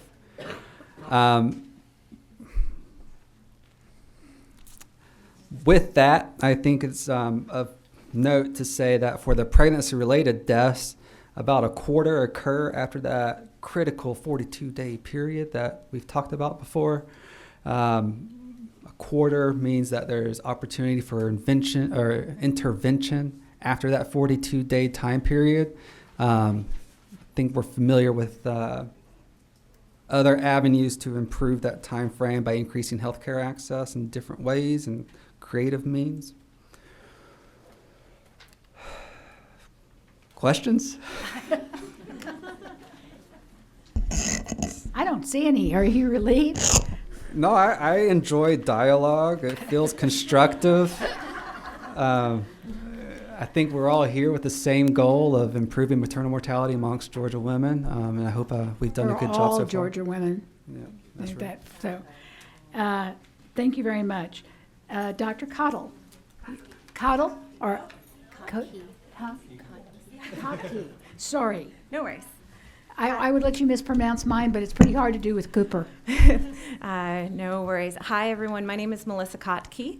I'm an OBGYN. I'm from Emory. It gives me great pleasure to be here with y'all for just a couple of minutes. I am lucky to be able to describe for a bit how this data that y'all have described in such detail, and I have such gratitude, how Georgia's been able to work towards putting it into action. I am the Georgia Perinatal Quality Collaborative maternal co-chair. Georgia Perinatal Quality Collaborative, from this point forward, I'm going to call GAP QC. And I apologize because this is a bit of, there's a lot of acronyms in this conversation that we've heard already. I'll do my best to describe them, but feel free to interrupt me as I go along. I would also like to acknowledge that I'm presenting the work of a lot of folks in this room, and so I'd like to acknowledge you individually but collectively in the interest of time. The GAP QC, the Georgia Perinatal Quality Collaborative, I want to, in front of you, I'm bummed a little bit because I know that about 50% of this room cannot see these slides. And so that bums me out. So I'm going to do my best to describe them because I think they're important and the vision or the visuals are show a nice story. So our vision is that we achieve better perinatal outcomes and health equity for every Georgia mother and baby. Our mission is to engage stakeholders in implementing equitable, evidence-based perinatal care through a robust, data-driven quality improvement collaborative. Now, I've taken the opportunity to underline the words of those vision and mission statements that I think are most relevant for the work that we're currently doing. Collaborative, I'm going to describe, there are a lot of people who are involved in GAP QC right now, and we really are working towards having this be a collaborative statewide effort. Perinatal outcomes, I'm going to acknowledge that I'm an OBGYN, And I am the maternal co-chair, but GAP-QC has initiatives for both mothers and infants in our state. I apologize for largely not paying much attention to the neonatal work in this presentation. Health equity. We have heard about our equity issues in the state of Georgia. This was such a critical issue that we felt that it needed to be listed in both our vision and in our mission. Stakeholders. I'm going to describe the work that is happening right now that is largely hospital-based, but we also know that there are many stakeholders that are going to be needed in this work if we're going to be successful in achieving our vision. Equitable evidence-based perinatal care. We're really lucky that we're in a time where we know what to do. It's kind of rare that we don't have to guess about the things that work. And so we focus on implementing the things that work or have been proven to work. Data-driven quality improvement. We've heard a lot about how our data is collected. We do more with this collaborative in a bit of a different way, and I'll describe that as well. Quality improvement. Hello? Yes, still there. Quality improvement is, am I going in and out? In my brain, I am, which you guys should look out for me. Quality improvement is a science, and it's an important science that can transform healthcare. And I will not talk anymore about that right now, but I'm happy to if you have questions. Perinatal quality collaboratives. This is the model. We're not the only state in the nation that has a perinatal quality collaborative, but you cannot see these slides, but I will describe what perinatal quality collaboratives are all about. The whole purpose is to advance evidence-based informed clinical practices, following quality improvement principles to address gaps in care. Those gaps in care are why we're here today. And that they should include clinicians, clinical teams, experts, stakeholders, including patients and families, to spread best practices, reduce variation. That one's really important in our state. Optimize resources and improve perinatal care and outcomes. And we do this through QI, data-driven quality or collaborative models, stealing and sharing. I'll talk more about that. And I think I'm really grateful that we have an opportunity now to talk about sustainability and how we work this into the foundation of how we work in Georgia. This this actually is a graph that if you can get to a screen, this is probably the most important. This shows the power of data-informed, evidence-based quality improvement. And what you can see on the graph, these data come from California. California is the state that started asking these questions and looking at their maternal mortality over a decade ago and came up with, and actually packaged in a brilliant way, evidence-based practices for taking care of mothers. And as they started to put into place their evidence-based guidelines, what you can see in this graph is what happened to the national maternal mortality rate and what happened to the maternal mortality rate in the state of California. For those of you who don't have access, or for those that do and don't, what you see in the red line is what's happened to maternal mortality rate in the United States. Largely from 2000, it has gone from about 10 to 22 per 100,000, with some of the variability we've already talked about.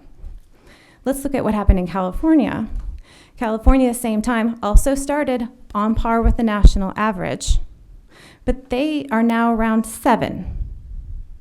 So while the US went up, California went down, and they went down because of the things I'm going to describe. Many of you have also probably heard about the AIM bundles.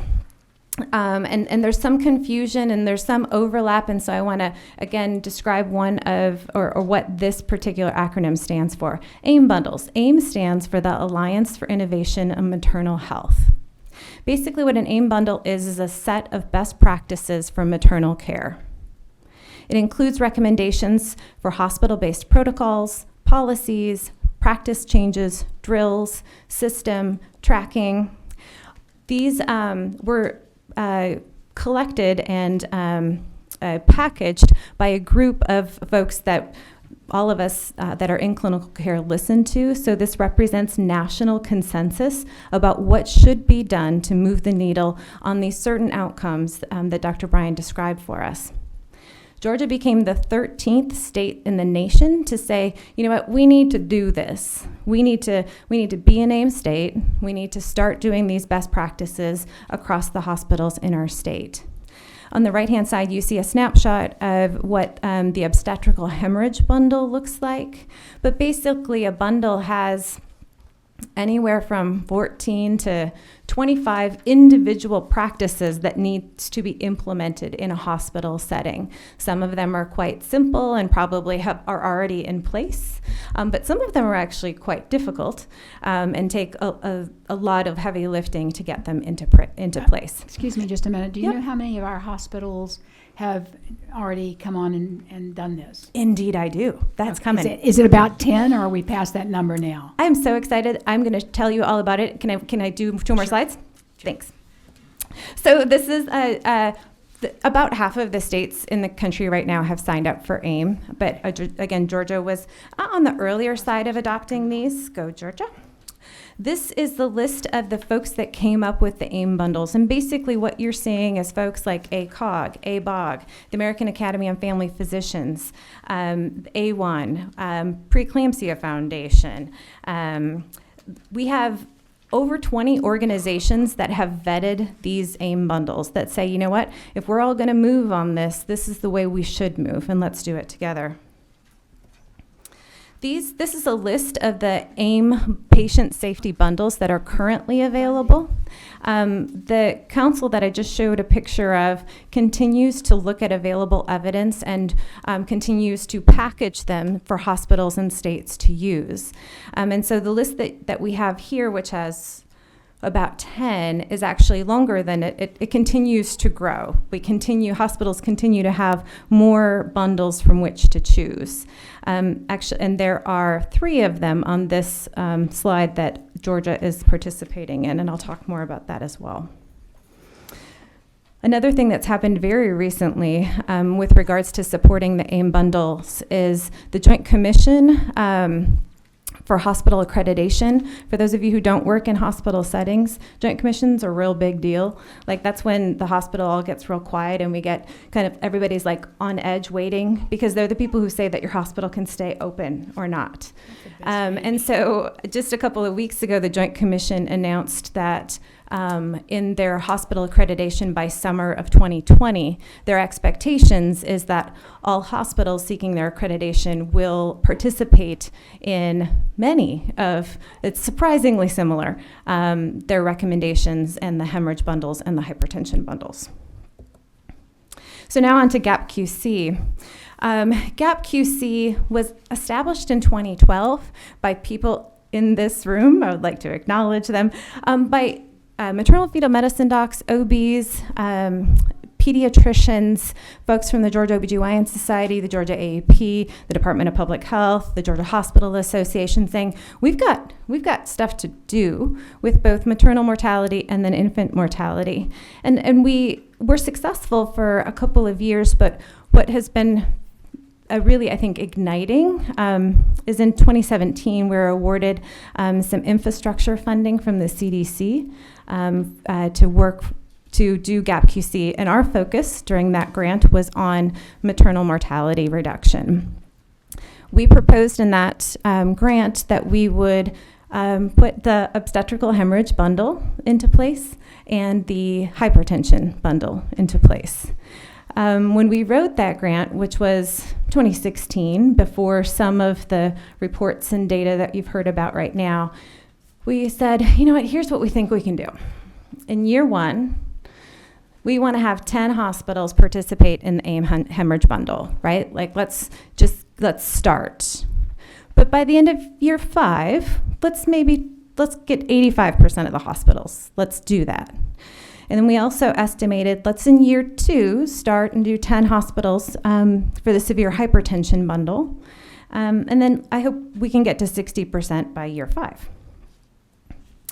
When we chose those goals, they were driven by the data that Dr. Bryan presented and that we've heard Dr. Lindsay and Dr. Ellis have taken the lead on putting together. Is we selected these because hemorrhage and preeclampsia, eclampsia, which is associated with hypertension, are two of the big causes for morbidity and mortality for moms in our states. And in particular, which you also just heard, hemorrhage, 85% of those deaths are preventable. That's an area that we should be focusing our energies on.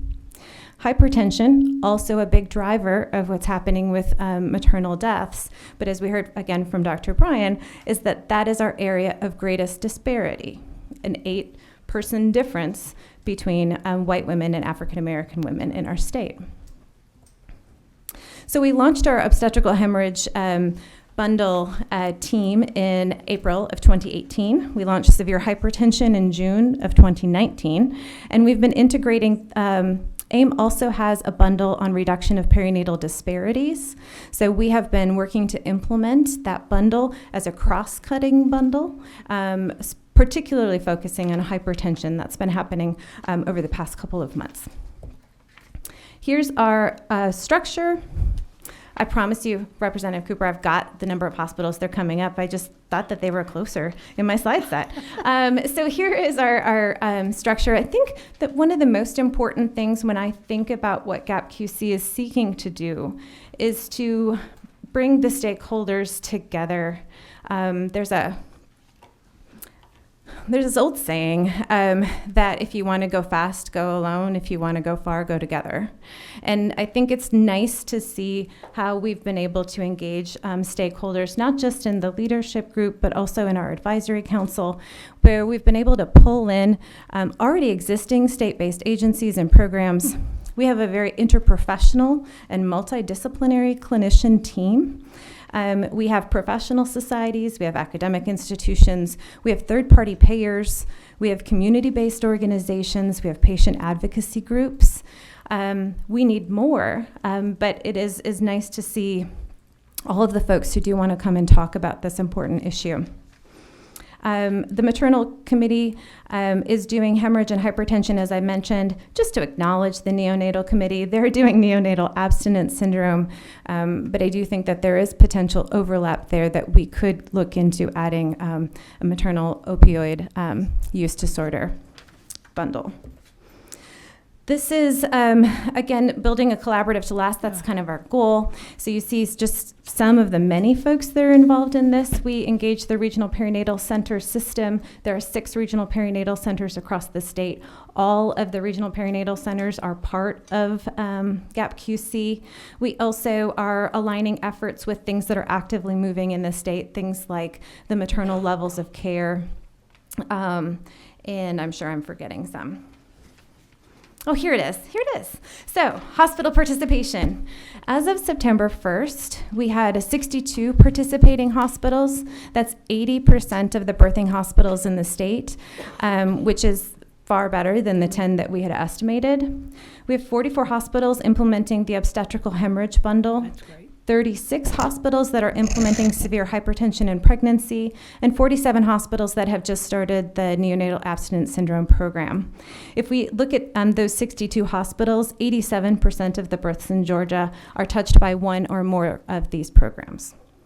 Is that is the remaining hospitals? Mm-hmm. Are they spread between urban and rural?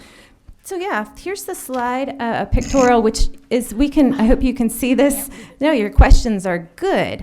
But I hope that we can make this bigger and available to anybody who wants it.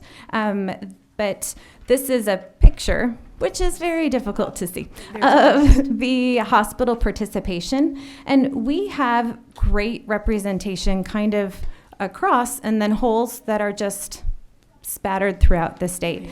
This is a very motivating graphic when you present it to hospitals because they're like, why aren't we on that? Yeah. I totally thought that I was there. And so to help encourage them to participate. But just thinking about where are the hospitals that are participating, this is GAP QC participating hospitals by perinatal region. And so we have 70% of hospitals in the Albany perinatal region participating, 84% in Atlanta, 67% in Augusta, 100% of hospitals in both the Columbus and Wow. Macon region. Way to and go, then, Carolyn. Yes, and then 64% in Savannah. But impressive that in each one of the regions, greater than 50% of the hospitals are participating. We also looked at this through level of care. This is the AAP level of care, which helps us understand kind of the acuity of care, at least for the infant, that the hospital is able to provide. And you can see how level 1 hospitals, those would be those smaller hospitals, and level 2 hospitals, a little bit higher level. Over 75% of both of those level hospitals are participating, 88% of the level 3, which is the highest acuity care, and then 100%, as I mentioned earlier, of our regional perinatal centers. This is looking, again, just another way to cut the data is birth volume. What's crazy about Georgia and our labor and delivery units is that if you've been to one, you have been to exactly one of them. And understand exactly one of those labor and delivery units. And so we have hospitals that have birth volumes less than 300, so less than one infant a day. And then we have birth volumes of greater than 20,000, right? Like, those are totally different worlds and have totally different needs when it comes to quality improvement in their institution. But what you can see with this slide is that across the birth volume less than 600, 600 to 1,200, 1,200 to 24, 24 to 36, and then 3,600, excellent participation. And we have 100% participation for all of the larger hospitals. Is there a question? Okay, since you stopped, Representative Yes. Stovall, for a minute. This is some great information, but is this information available and available to the public? Because I'm just thinking, you know, if I'm a mother when I was pregnant with my 2, and knowing that certain hospitals, you know, now have these different bundles that you're expressing, is that information is very vital. Yeah. And actually, even for the overall community to see which hospitals have adopted, you know, this process, and then maybe even community pressure being applied to those hospitals that have not, and especially I could probably bet that those hospitals that have not may even have a higher rate of what we're talking about with the mortality issues. Absolutely. I love that question so much. And so, yes, this information is available. GAP QC has a website, and every single one of our initiatives, every single one of the webinars that we have is publicly available on the website. Is it easy to find if you don't know it's there? I think is your point, and I agree with you, it's not. We, at our last annual meeting, made banners for each of the hospitals that participated, took their pictures and encouraged them to hang their banners and use social media to get the photos out to kind of increase community awareness. But I think your point is spot on, that there's a real opportunity there to increase communications yet further. Thank you. Thank you. Representative Taylor.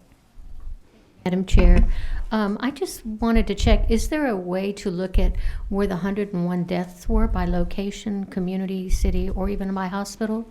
Is that, I know it, I didn't see it here, and I'm not trying to publicize, but just to get an idea, are rural or urban, So just locations? I think that's a great question, and I'm going to do my best to answer it and then invite my folks to jump in if you disagree with my answer or if you'd like to add to it.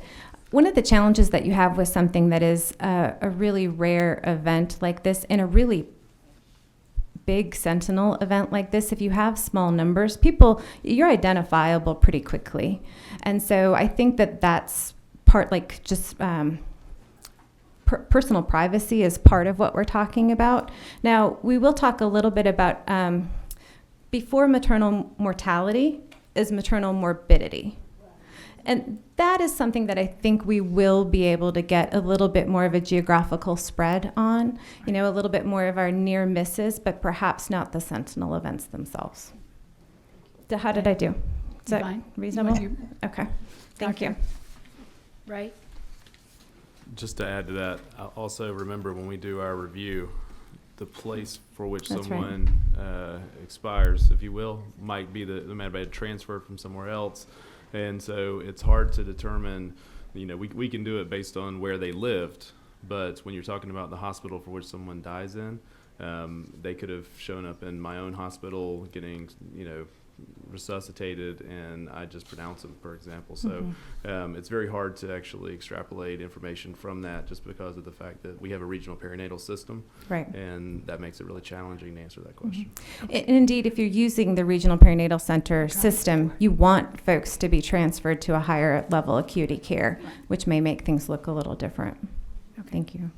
But we would be able to get it by maybe some sort of a region, like, so that we would know, okay, there's so much, if we have a pot of resources and hemorrhage in one area is higher than any other area of the state, that we would be able to focus, you know, really come in and target that area. Or if it's preeclampsia, we could get just some regions. If it's occurring in great numbers in that region, you could provide us with that. Again, I think you have to back up and get your severe maternal morbidity and not mortality in order to have that be the most fruitful Type of, Yeah. right. Okay. And y'all would have that? Public Health would have it for us? Okay. Go ahead, Representative. Is this one of the CAP-QC, is that one of the only, say, quality improvement efforts in OBGYN, or are there other comparable ones that would be even a higher standard or about the same, or is this AIM hemorrhage and AIM hypertension, or it does sound like they're probably gold standard from the number of people you have in there, but I know sometimes there's multiple organizations offering something, and while a hospital might not have one, they might have one that's even harder to get. What we're seeing right now is that the AIM bundles are the national standards. Okay. They're being vetted by all of the It looked key like- national players, and we are seeking to rise to that. Thank you. All right, go ahead. Thank you. I'd like to also acknowledge that at the rural component of GAP-QC, the state legislature awarded and acknowledged that rural hospitals in particular may struggle with some of the quality improvement initiatives, primarily because they're just small and they may not have quality improvement folks. You may have, you know, a single charge nurse and a couple of others, really small teams that don't have capacities. And so there was an award that came that we are helping rural hospitals, 16 of them, participate in GAP-QC and fully implement the bundles. So 16 level 1 and level 2 facilities have been identified. All of them are implementing the obstetrical hemorrhage bundle. 10 are implementing severe hypertension, 14 neonatal abstinence, and 9 of them are doing all 3 GAP-QC initiatives at this time. What do we do? When I say, like, what do we do? The bundles, as I mentioned, are pretty complex and are a combination of activities for hospitals to do. And so centrally, we organize monthly collaborative webinars where we have some content presentation for people who participate on the calls, along with a visual. We have an opportunity for sharing. Does anyone have a protocol on that? How did that work? How did you roll it out? What did you do for your skills training? How did you get your docs to respond, which is often a challenge? In addition to monthly collaborative webinars, we have quarterly data collection and reporting. So this data collection is different than the data collection process that you have just heard. And it's really on how well are you implementing this bundle. And I'll show you some slides on that in a second. We have technical assistance calls, again, acknowledging that each hospital has its own stuff to deal with, and knowing that we may have opportunities to connect a hospital to another hospital and act as a bit of a mentor in putting into place these bundles. We do our best to communicate all of the work across the hospitals, and then stealing and sharing is a central tenet to the work that we do. We do not want to recreate any wheels. And so whenever we can, we will steal from somebody and we will share it as much as we can so that all hospitals are elevated as quickly as they can. We provide training. We had a full day quality improvement training from national expert in Macon last fall. We have training on drills. We leverage the Regional Perinatal Center health, or the educators that are in each one of the regions, and we're planning implicit bias training coming up in this year. We also have an annual meeting. Our annual meeting is very well attended, which is really exciting to see. Representative Cooper, you were there 2 years ago. Thank you for that. And at our annual meeting, we do an update on what we're doing. We hear from hospitals, we hear from patients, and we also set the stage for what we're going to do next. There has been huge engagement from hospitals, which has been really exciting to see. One of the things that I see for GAPQC is that we are limited by largely volunteer energies for this work that's happening. And so I think there are opportunities there. This is just a schematic of one of the things that we look at when we're thinking about implementing our bundles.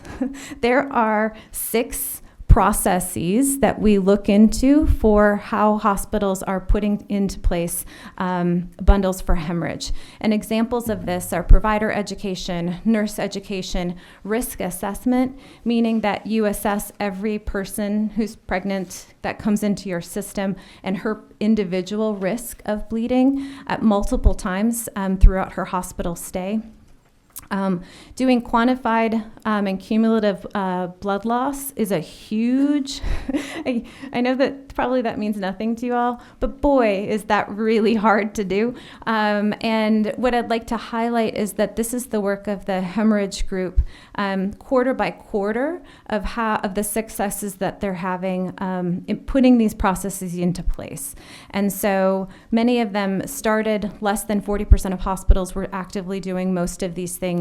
And now every single one of these process measures is about 2/3 of hospitals have been able to implement those processes over the course of the time with a collaborative. Similarly, structure measures, that's another thing that we follow for folks. And this is, do you have debriefs after something happens so that you can figure out what happened and talk about what to do next time? Do you have a hemorrhage cart? Like if someone is bleeding, do you have all the things that you might possibly need right there so you can take it where the person is? Do you have multidisciplinary case reviews? Are you integrated into your electronic medical record? Each one of these things is a critical structural need in order to be able to really move the needle and to prevent those preventable hemorrhages that we've heard about. And again, you can see quarter on quarter, there is a pretty impressive improvement for each of the hospitals that is participating in the collaborative. Looking forward, there's so much left to do. Not only do we have another, 8-ish bundles that we could do, and I know that more of them are coming. I'd like to highlight a couple of things that I think are really urgent that GAPQC will be looking at and have already started talking about. Dr. Bryan had shared with you this slide looking through when deaths occur. Right. So much of what we're able to move on right now are things that happen in the hospital stay. I'm going to say, knowing that so many deaths happen after that initial hospital stay, engagement of many other folks needs to happen. Dr. Newman, we need to talk to more emergency medicine doctors, EMS doctors, family practitioners, and folks that are in the communities to be aware about what we need to be looking out for people who are recently pregnant. We also need to there's a doctor named Eugene DeClercq. He and Neil Shaw are 2 giants in this work. And they published an article a couple of years ago that said that maternal mortality is the canary in the coal mine. It's the thing that is excruciating. But pregnancy is a critical window into what's happening in women's lives, both their health and the context around them. And in order to really move the needle on maternal mortality, we need to move the needle on maternal health. And so we need to pay attention to that. Wait just a minute. Yeah. I'm sorry. No problem. Excuse me, the lady that's leaving, I want to know that baby gets the award for the best attendee and paying attention. think she's delightful. Thank you. She's so good. I'm sorry, but she's been the best baby. I couldn't let that go past. She has barely let out a whimper. She was amazing, and I am totally cool being upstaged by a 4-month-old, right?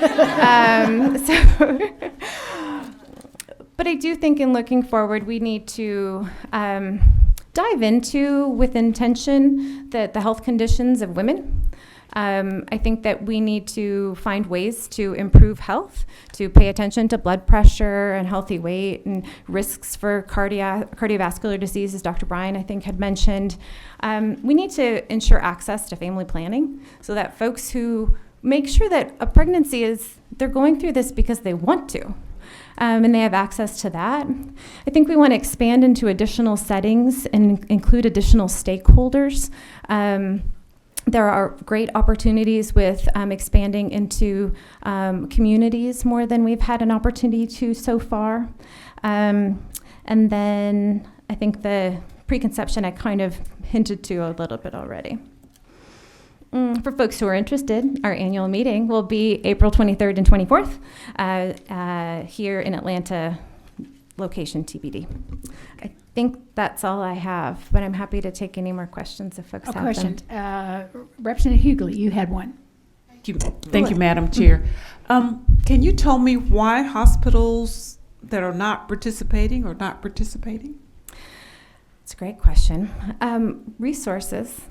It's hard for hospitals. Like, some hospitals are big and robust and have, quality improvement teams. So that's part of it, and they've got all the things that they need, and they're like, yes. But so one is resources for some hospitals. Another thing that we hear about is there's a lot of noise, right? Like, let me do this quality improvement project and this quality improvement project, but probably you want to do this one more. And so the hospitals receive a lot of requests for participation. And so sometimes, even if they have a robust quality improvement committee, they just don't have the capacity to do all of the different initiatives that they may want to. And so they have to prioritize with the resources they have available. Representative Hughley, I heard that, if they deliver 5 babies in a month, but they're having problems with infection control, then that takes up all the, they're just honest that they put it to where Maybe I should ask, are there hospitals that deliver a large number of babies that are not participating? So what's amazing is that the hospitals that are our biggest volume deliverers, and so that means hospitals greater than 3,600 births per year, 100% of them are participating. And then the next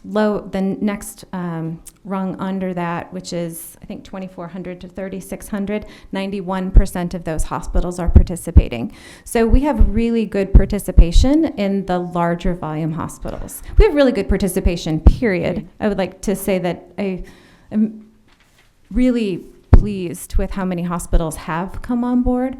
It's far more than we'd ever thought that we would get. Even the states that have, the premier quality improvement collaboratives, we're doing well even relative to them with regards to participation. And so, are you anticipating more on? Do you have some in the pipeline that are coming on, or what? So a couple of weeks ago, I'm going to tell this story. Is that okay? Sure. Georgia OBGYN Society meeting a couple of weeks ago, we had a map of the state that none of you could see well because it's super small, but we had it blown up at our meeting, and folks would come up and look for their hospitals, and we got 5 new hospitals participating since then. So. Okay. Representative Taylor. Thank you, Madam Chair. I've just noticed through the graphs and how we're calculating and looking at the spread of days, it goes from less than 1 day to a day to postpartum. And then it has 1 day to 42 days. Mm-hmm. That is such a broad span. Do they break it down like 1 to 10 days and then 11 to 42? I mean, where did that number come from? I'm going to defer to anybody who's on the Maternal Mortality Review Committee who would like to answer that question. Okay. Mm-hmm. I'm sorry, I wasn't paying attention. Just where the spread from 1 day to 42. So it just seems like there should be a breakdown of, day 2 to day 10, and then 11 to something. 6 It just seems like it's such a broad span. Yeah. 6 weeks has been the traditional like postpartum check Right, and that that's kind of what window. I was looking for. But the 1, 2, and not a more close, like why not up to 10 and then 10 to 42? Yeah. I don't have the answer for that. Dr. Ray, go ahead. Epidemiologist. That's the standard from the World Health Organization, actually, so that's standard is not set by But anyone in it the just state. seems such a so broad span. Why? Well, I don't know if Dr. Bryan's got a better answer, but Joe decides this. Okay, this might, just briefly, it's because that's generally the time when the woman's still in the facility. Yeah. And so that was also to help guide them. I get It's that, possible but to do any breakdown. It's just that was chosen to help give people a better idea of the distribution, because that is a large chunk of pregnancy-related deaths, is that the first 24-hour period after delivery. do you think there has been an effect of now when you have a baby, you stay in 1 or 2 days maybe, where you used to stay more days?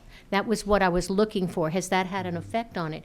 But if you're saying 1 day and then the next is, over 1 day to 42 days, I'm just wondering how many more of those are like 2 days and you're still in the hospital, or it's 5 days and you've gone home. Do you look at C-sections versus natural birth? Maybe that data's here somewhere and I just haven't gotten to it. I don't know where to start. The distribution is heavily skewed to that first day for the deaths. After that, there's an incredibly steep drop-off. So the decision was made for us to categorize it like that. But if you're interested in that first 5 to 10 day period, the first 3 day, I'm happy to provide that data too. Thank you. Okay, thank you very much. We do a little housekeeping here for other people that want to know about. Mrs. Durant, who are you? Are you where you set this whole thing and helped us get the speakers?